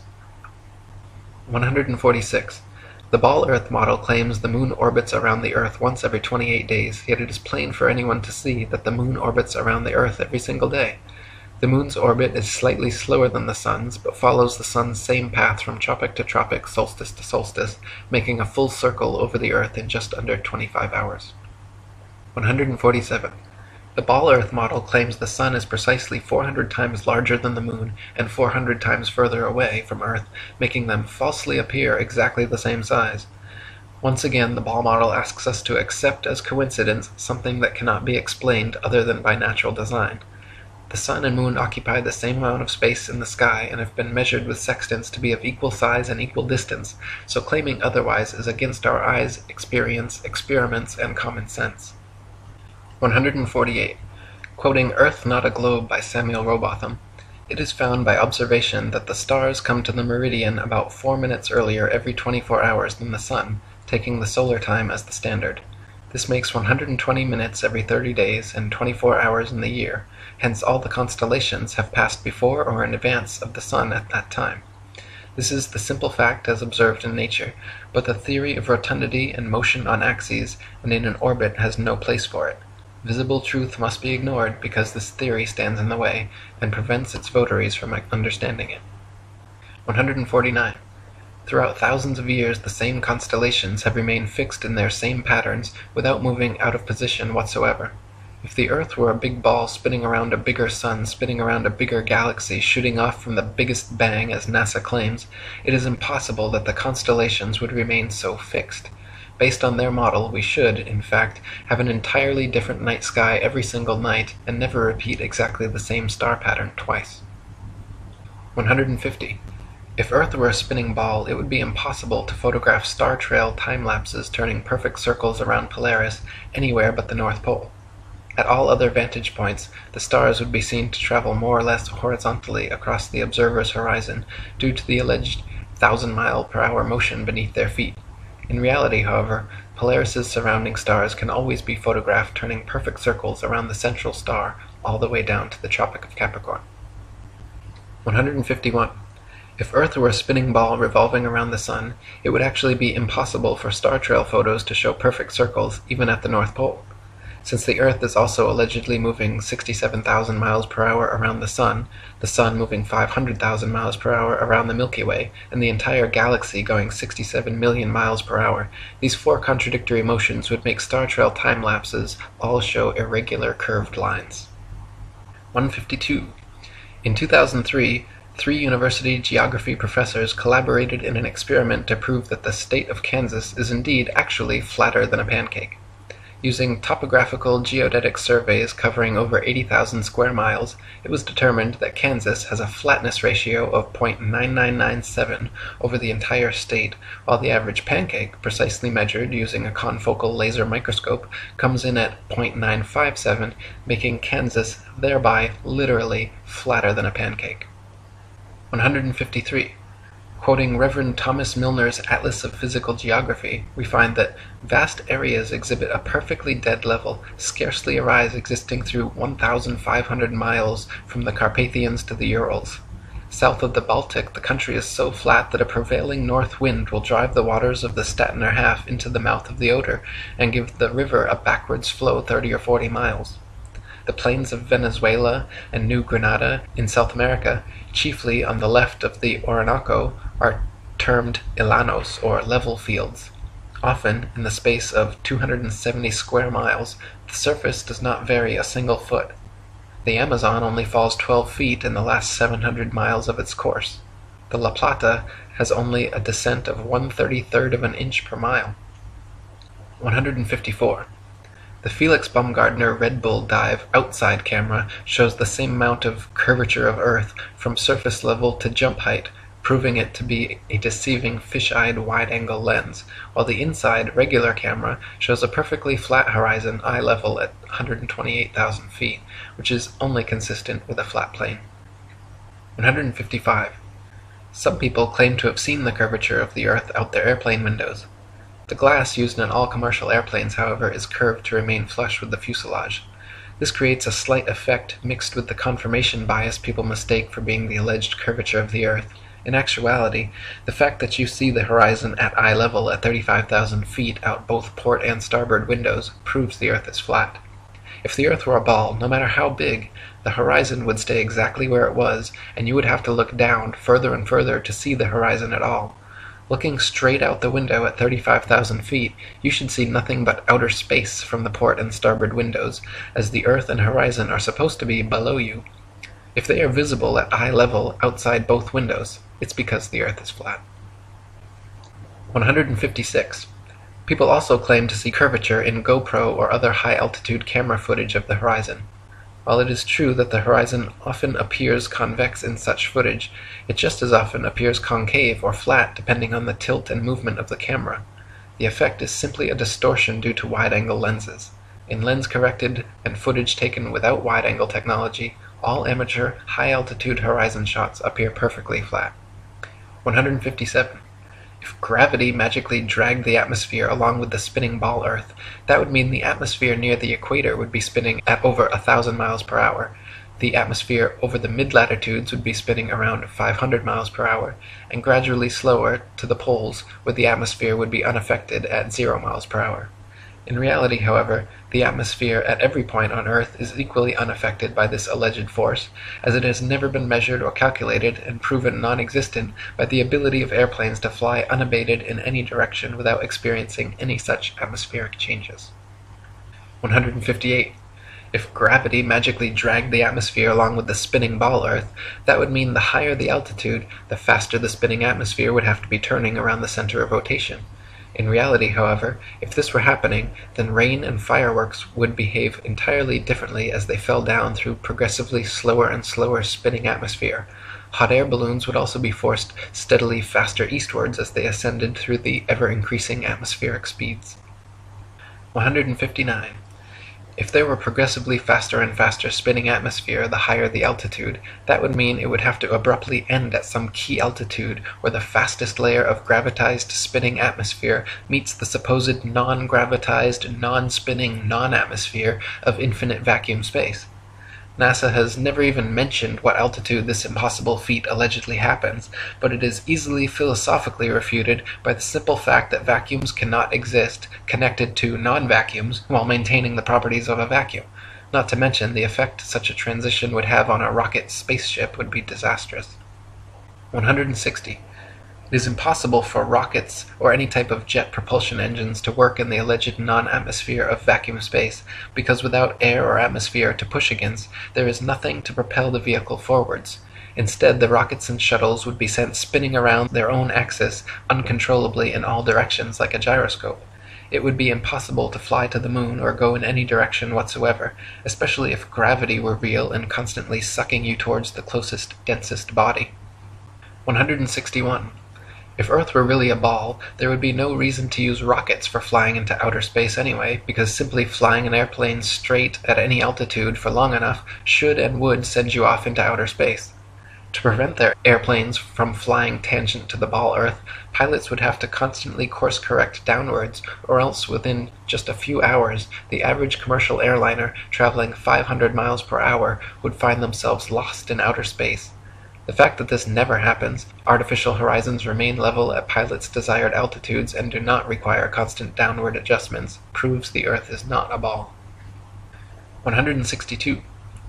All NASA and other space agencies' rocket launches never go straight up. Every rocket forms a parabolic curve, peaks out, and inevitably starts falling back to Earth. The rockets which are declared successful are those few which don't explode or start falling too soon, but make it out of range of spectator view before crashing down into restricted waters and recovered.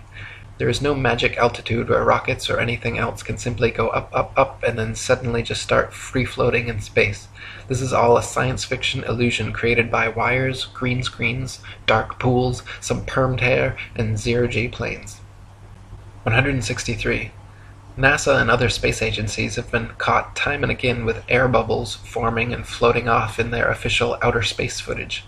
Astronauts have also been caught using scuba space gear, kicking their legs to move, and astronaut Luca Parmitano even almost drowned when water started filling up his helmet while allegedly on a spacewalk.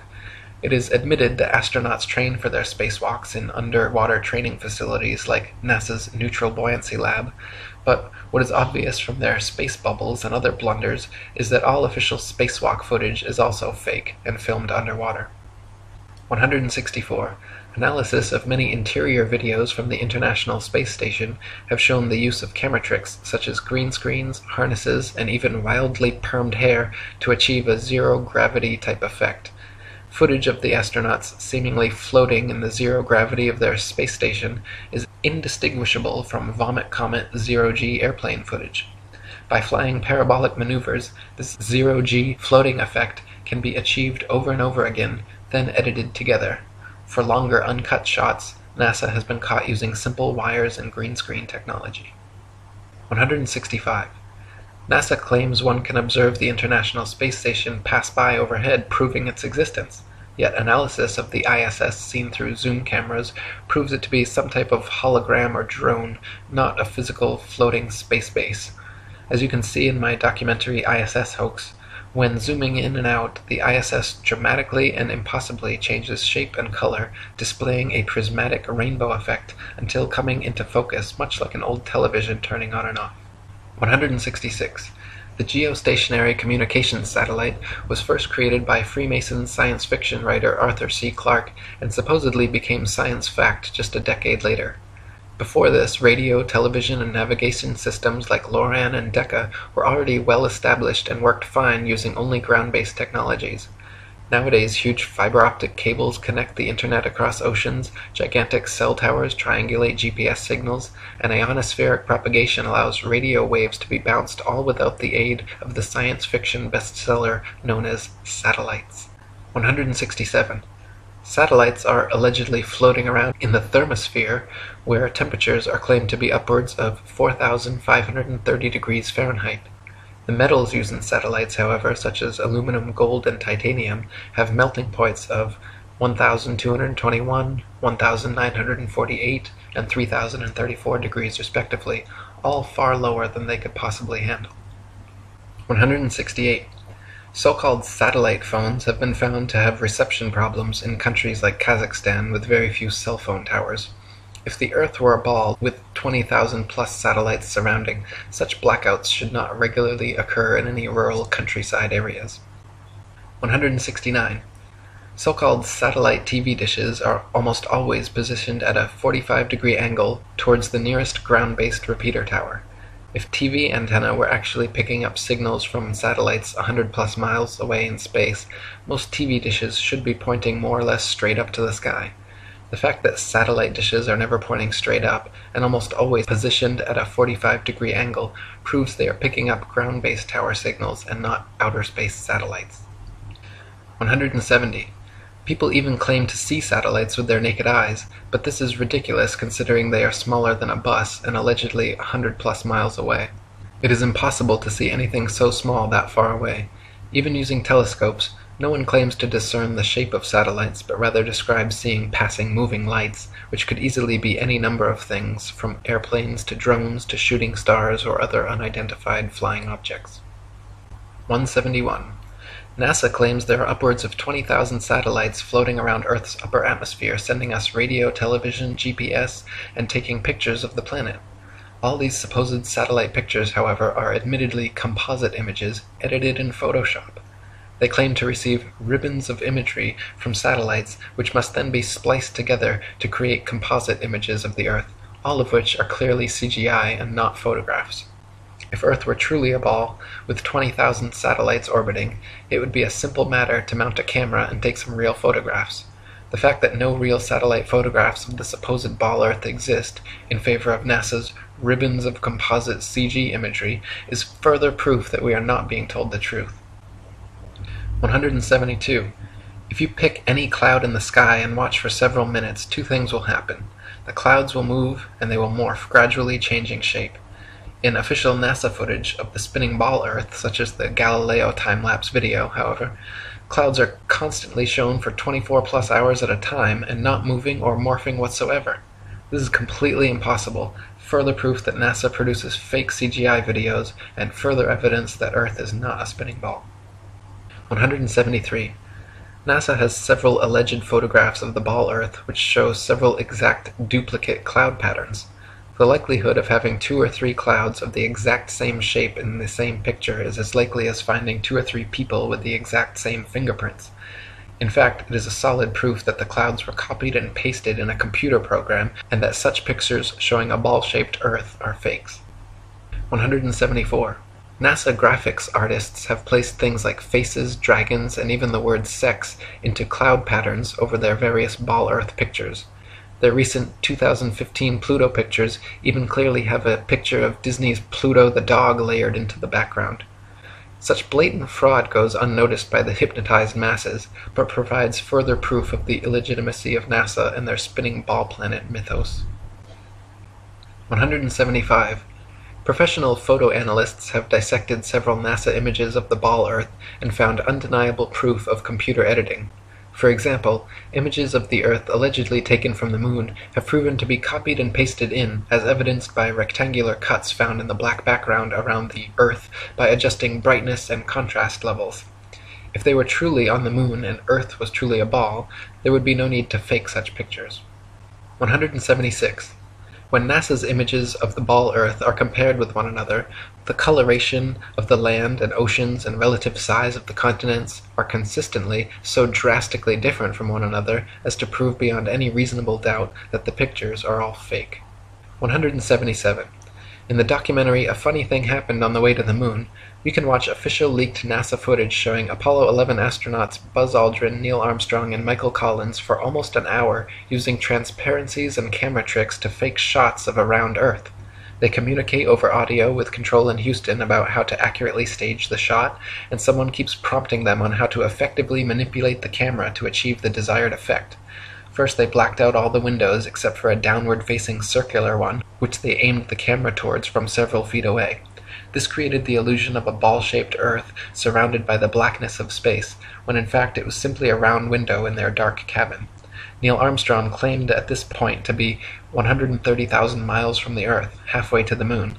But when camera tricks were finished, the viewer could see for themselves the astronauts were not more than a couple dozen miles above the Earth's surface, likely flying in a high-altitude plane. 178. People claim Google Earth somehow proves the ball model without realizing that Google Earth is simply a composite program of images taken from high-altitude planes and street-level car cameras superimposed onto a CGI model of a ball Earth. The same could just as easily be molded onto a square Earth or any other shape, and therefore cannot be used as proof of Earth's rotundity. 179. If the Earth were constantly spinning eastward 1,000 miles per hour, then airplane flight durations going eastward versus westwards should be significantly different. If the average commercial airliner travels 500 miles per hour, it follows that westbound equatorial flights should reach their destination at approximately thrice the speed as their eastbound return flights. In reality, however, the differences in east and westbound flight durations usually amount to a matter of minutes, and nothing near what would occur on a 1,000 mile per hour spinning ball Earth. 180. The spinning ball model dictates that the Earth and atmosphere would be moving together at approximately 500 miles per hour at the mid-latitudes where LA to New York City flights take place. The average commercial airliner traveling 500 miles per hour takes 5.5 hours traveling east with the alleged rotation of the Earth, so the return flight west should take only 2.75 hours. But in fact, we find that the average New York to LA flight takes 6 hours, a flight time totally inconsistent with the spinning ball model. 181. Flights eastwards with the alleged spin of the ball Earth from Tokyo to LA take an average of 10.5 hours. Therefore, the return flights westwards against the alleged spin should take an average of 5.25 hours, but in actual fact take an average of 11.5 hours, another flight time totally inconsistent with the spinning ball model. 182. Flights eastward with the alleged spin of the ball Earth from New York to London take an average of 7 hours. Therefore, the return flights westwards against the alleged spin should take an average of 3.5 hours, but in actual fact take an average of 7.5 hours, a flight time totally inconsistent with the spinning ball model. 183. Flights eastward from Chicago to Boston with the alleged spin of the ball Earth take an average of 2.25 hours. Therefore, the return flights westwards against the alleged spin should take an average of just over an hour, but in actual fact take an average of 2.75 hours. Once again, completely inconsistent with the spinning ball model. 184. Flights eastward from Paris to Rome with the alleged spin of the ball Earth take an average of 2 hours. Therefore, the return flights westward against the alleged spin should take an average of 1 hour, but in actual fact have an average flight duration of 2 hours and 10 minutes, a flight time totally inconsistent with the spinning ball model. 185. We are told that the Earth and atmosphere spin together at such a perfect uniform velocity that no one in history has ever seen, heard, felt, or measured the supposed 1,000 mile per hour movement. This is then often compared to traveling in a car at uniform velocity, where we only feel the movement during acceleration or deceleration. In reality, however, even with eyes closed, windows up, over smooth tar in a luxury car at a mere uniform 50 miles per hour, the movement absolutely can be felt. At 20 times this speed, Earth's imaginary 1,000 mile per hour spin would most certainly be noticeable, felt, seen, and heard by all. 186. People sensitive to motion sickness feel distinct unease and physical discomfort from motion as slight as an elevator or train ride. This means that the 1,000 mile per hour alleged uniform spin of the Earth has no effect on such people, but add an extra 50 miles per hour uniform velocity of a car and their stomach starts turning knots. The idea that motion sickness is nowhere apparent in anyone at 1,000 miles per hour, but suddenly comes about at 1,050 miles per hour, is ridiculous and proves the Earth is not in motion whatsoever. 187. The second law of thermodynamics, otherwise known as the law of entropy, along with the fundamental principles of friction and resistance, determine the impossibility of Earth being a uniformly spinning ball. Over time, the spinning ball Earth would experience measurable amounts of drag, constantly slowing the spin and lengthening the amount of hours per day.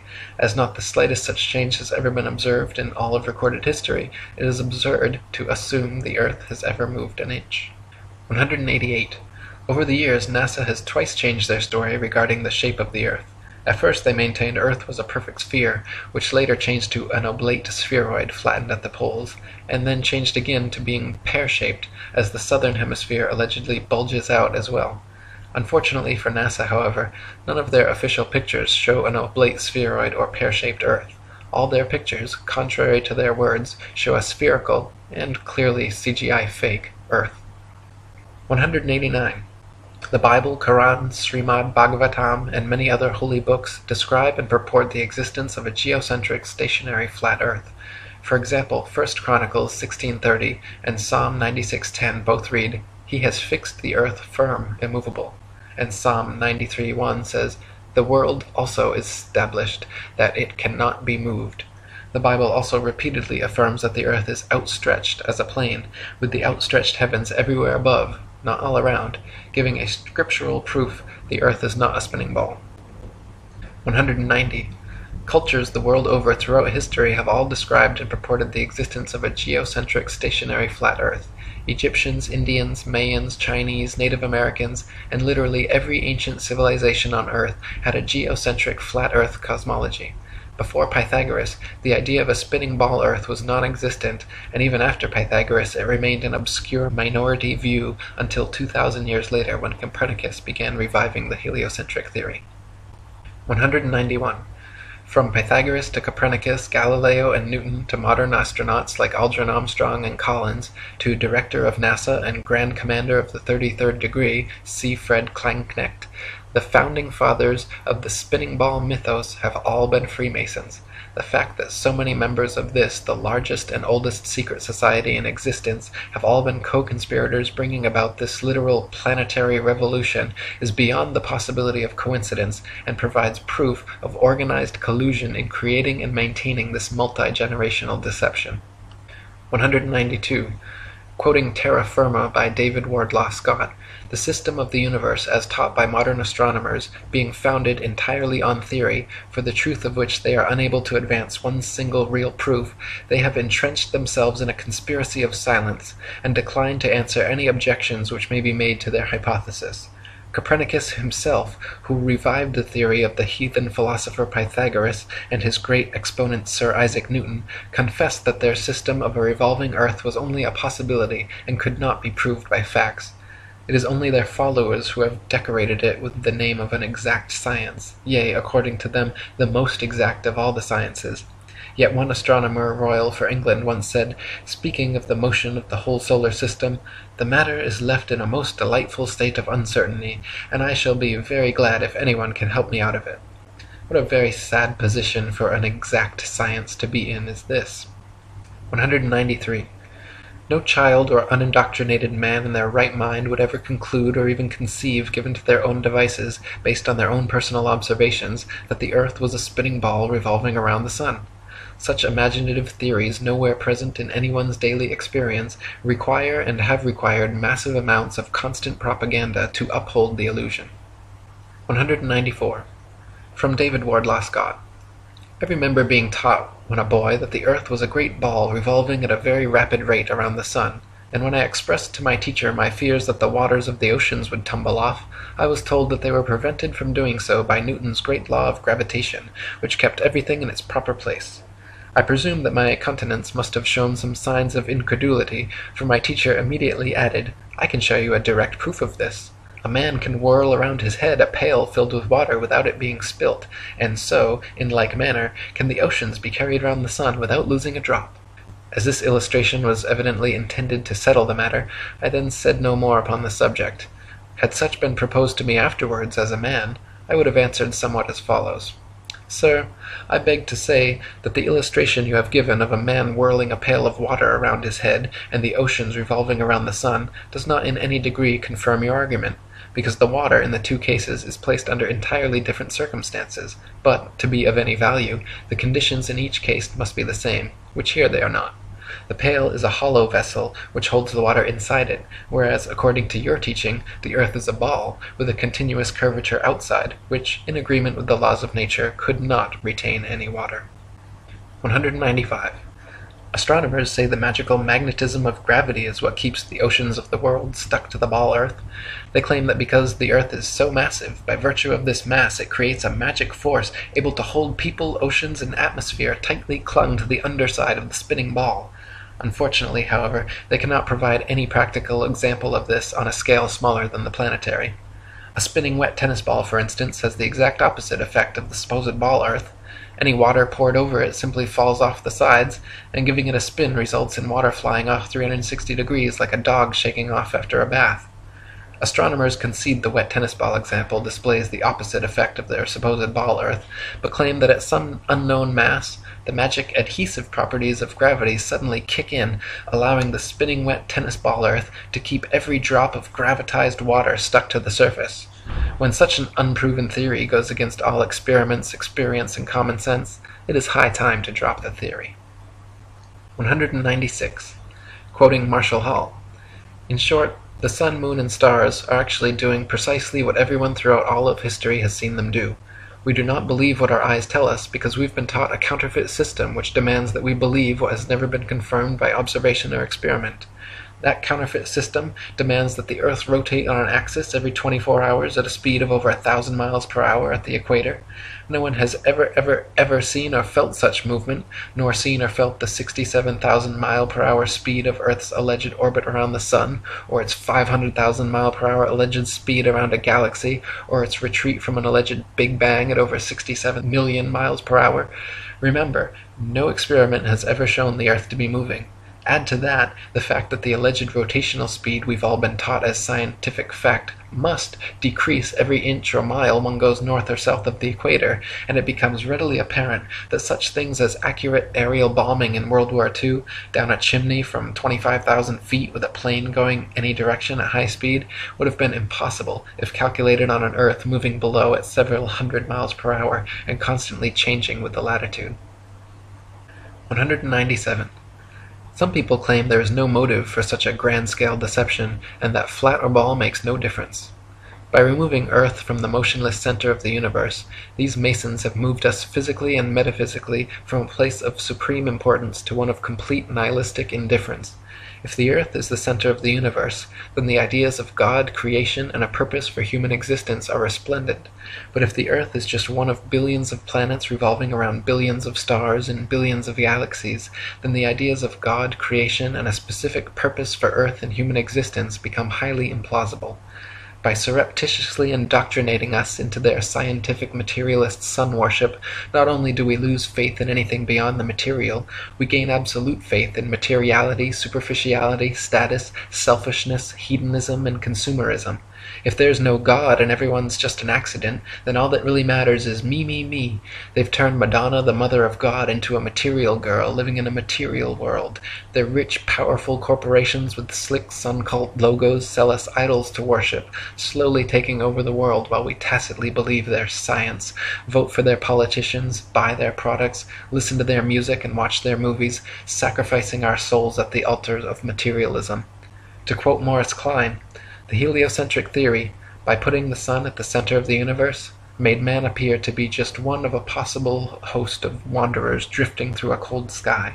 It seemed less likely that he was born to live gloriously and to attain paradise upon his death.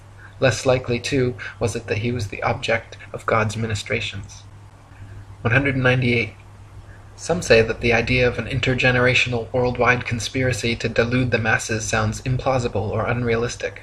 But these people need only familiarize themselves with the works and writings of Freemasons themselves, for example John Robison, who exposed this in his 1798 book, Proofs of a Conspiracy Against All the Religions and Governments of Europe, carried out in the secret meetings of the Freemasons, Illuminati, and reading societies.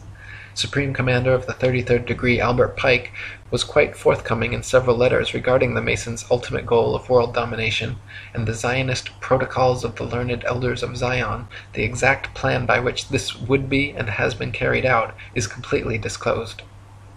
199. From Foundations of Many Generations by E. Eschini. The only thing the fable of the revolving earth has done, it has shown the terrible power of a lie. A lie has the power to make a man a mental slave, so that he dares not back the evidence of his own senses. To deny the plain and obvious movement of the sun he sees before him, when he feels himself standing on an earth utterly devoid of motion, at the suggestion of someone else, he's prepared to accept that he's spinning furiously around. When he sees a bird flying and gaining over the ground, he's prepared to believe that the ground is really traveling a great number of times faster than the bird. Finally, in order to uphold the imagination of a madman, he is prepared to accuse his maker of forming for him a sensiferous lie. 200. Finally, from Dr. Robotham. Thus we see that this Newtonian philosophy is devoid of consistency. Its details are the result of an entire violation of the laws of legitimate reasoning, and all its premises are assumed. It is, in fact, nothing more than an assumption upon assumption, and the conclusions derived therefrom willfully considered as things proved, and to be employed as truths to substantiate the first and fundamental assumptions.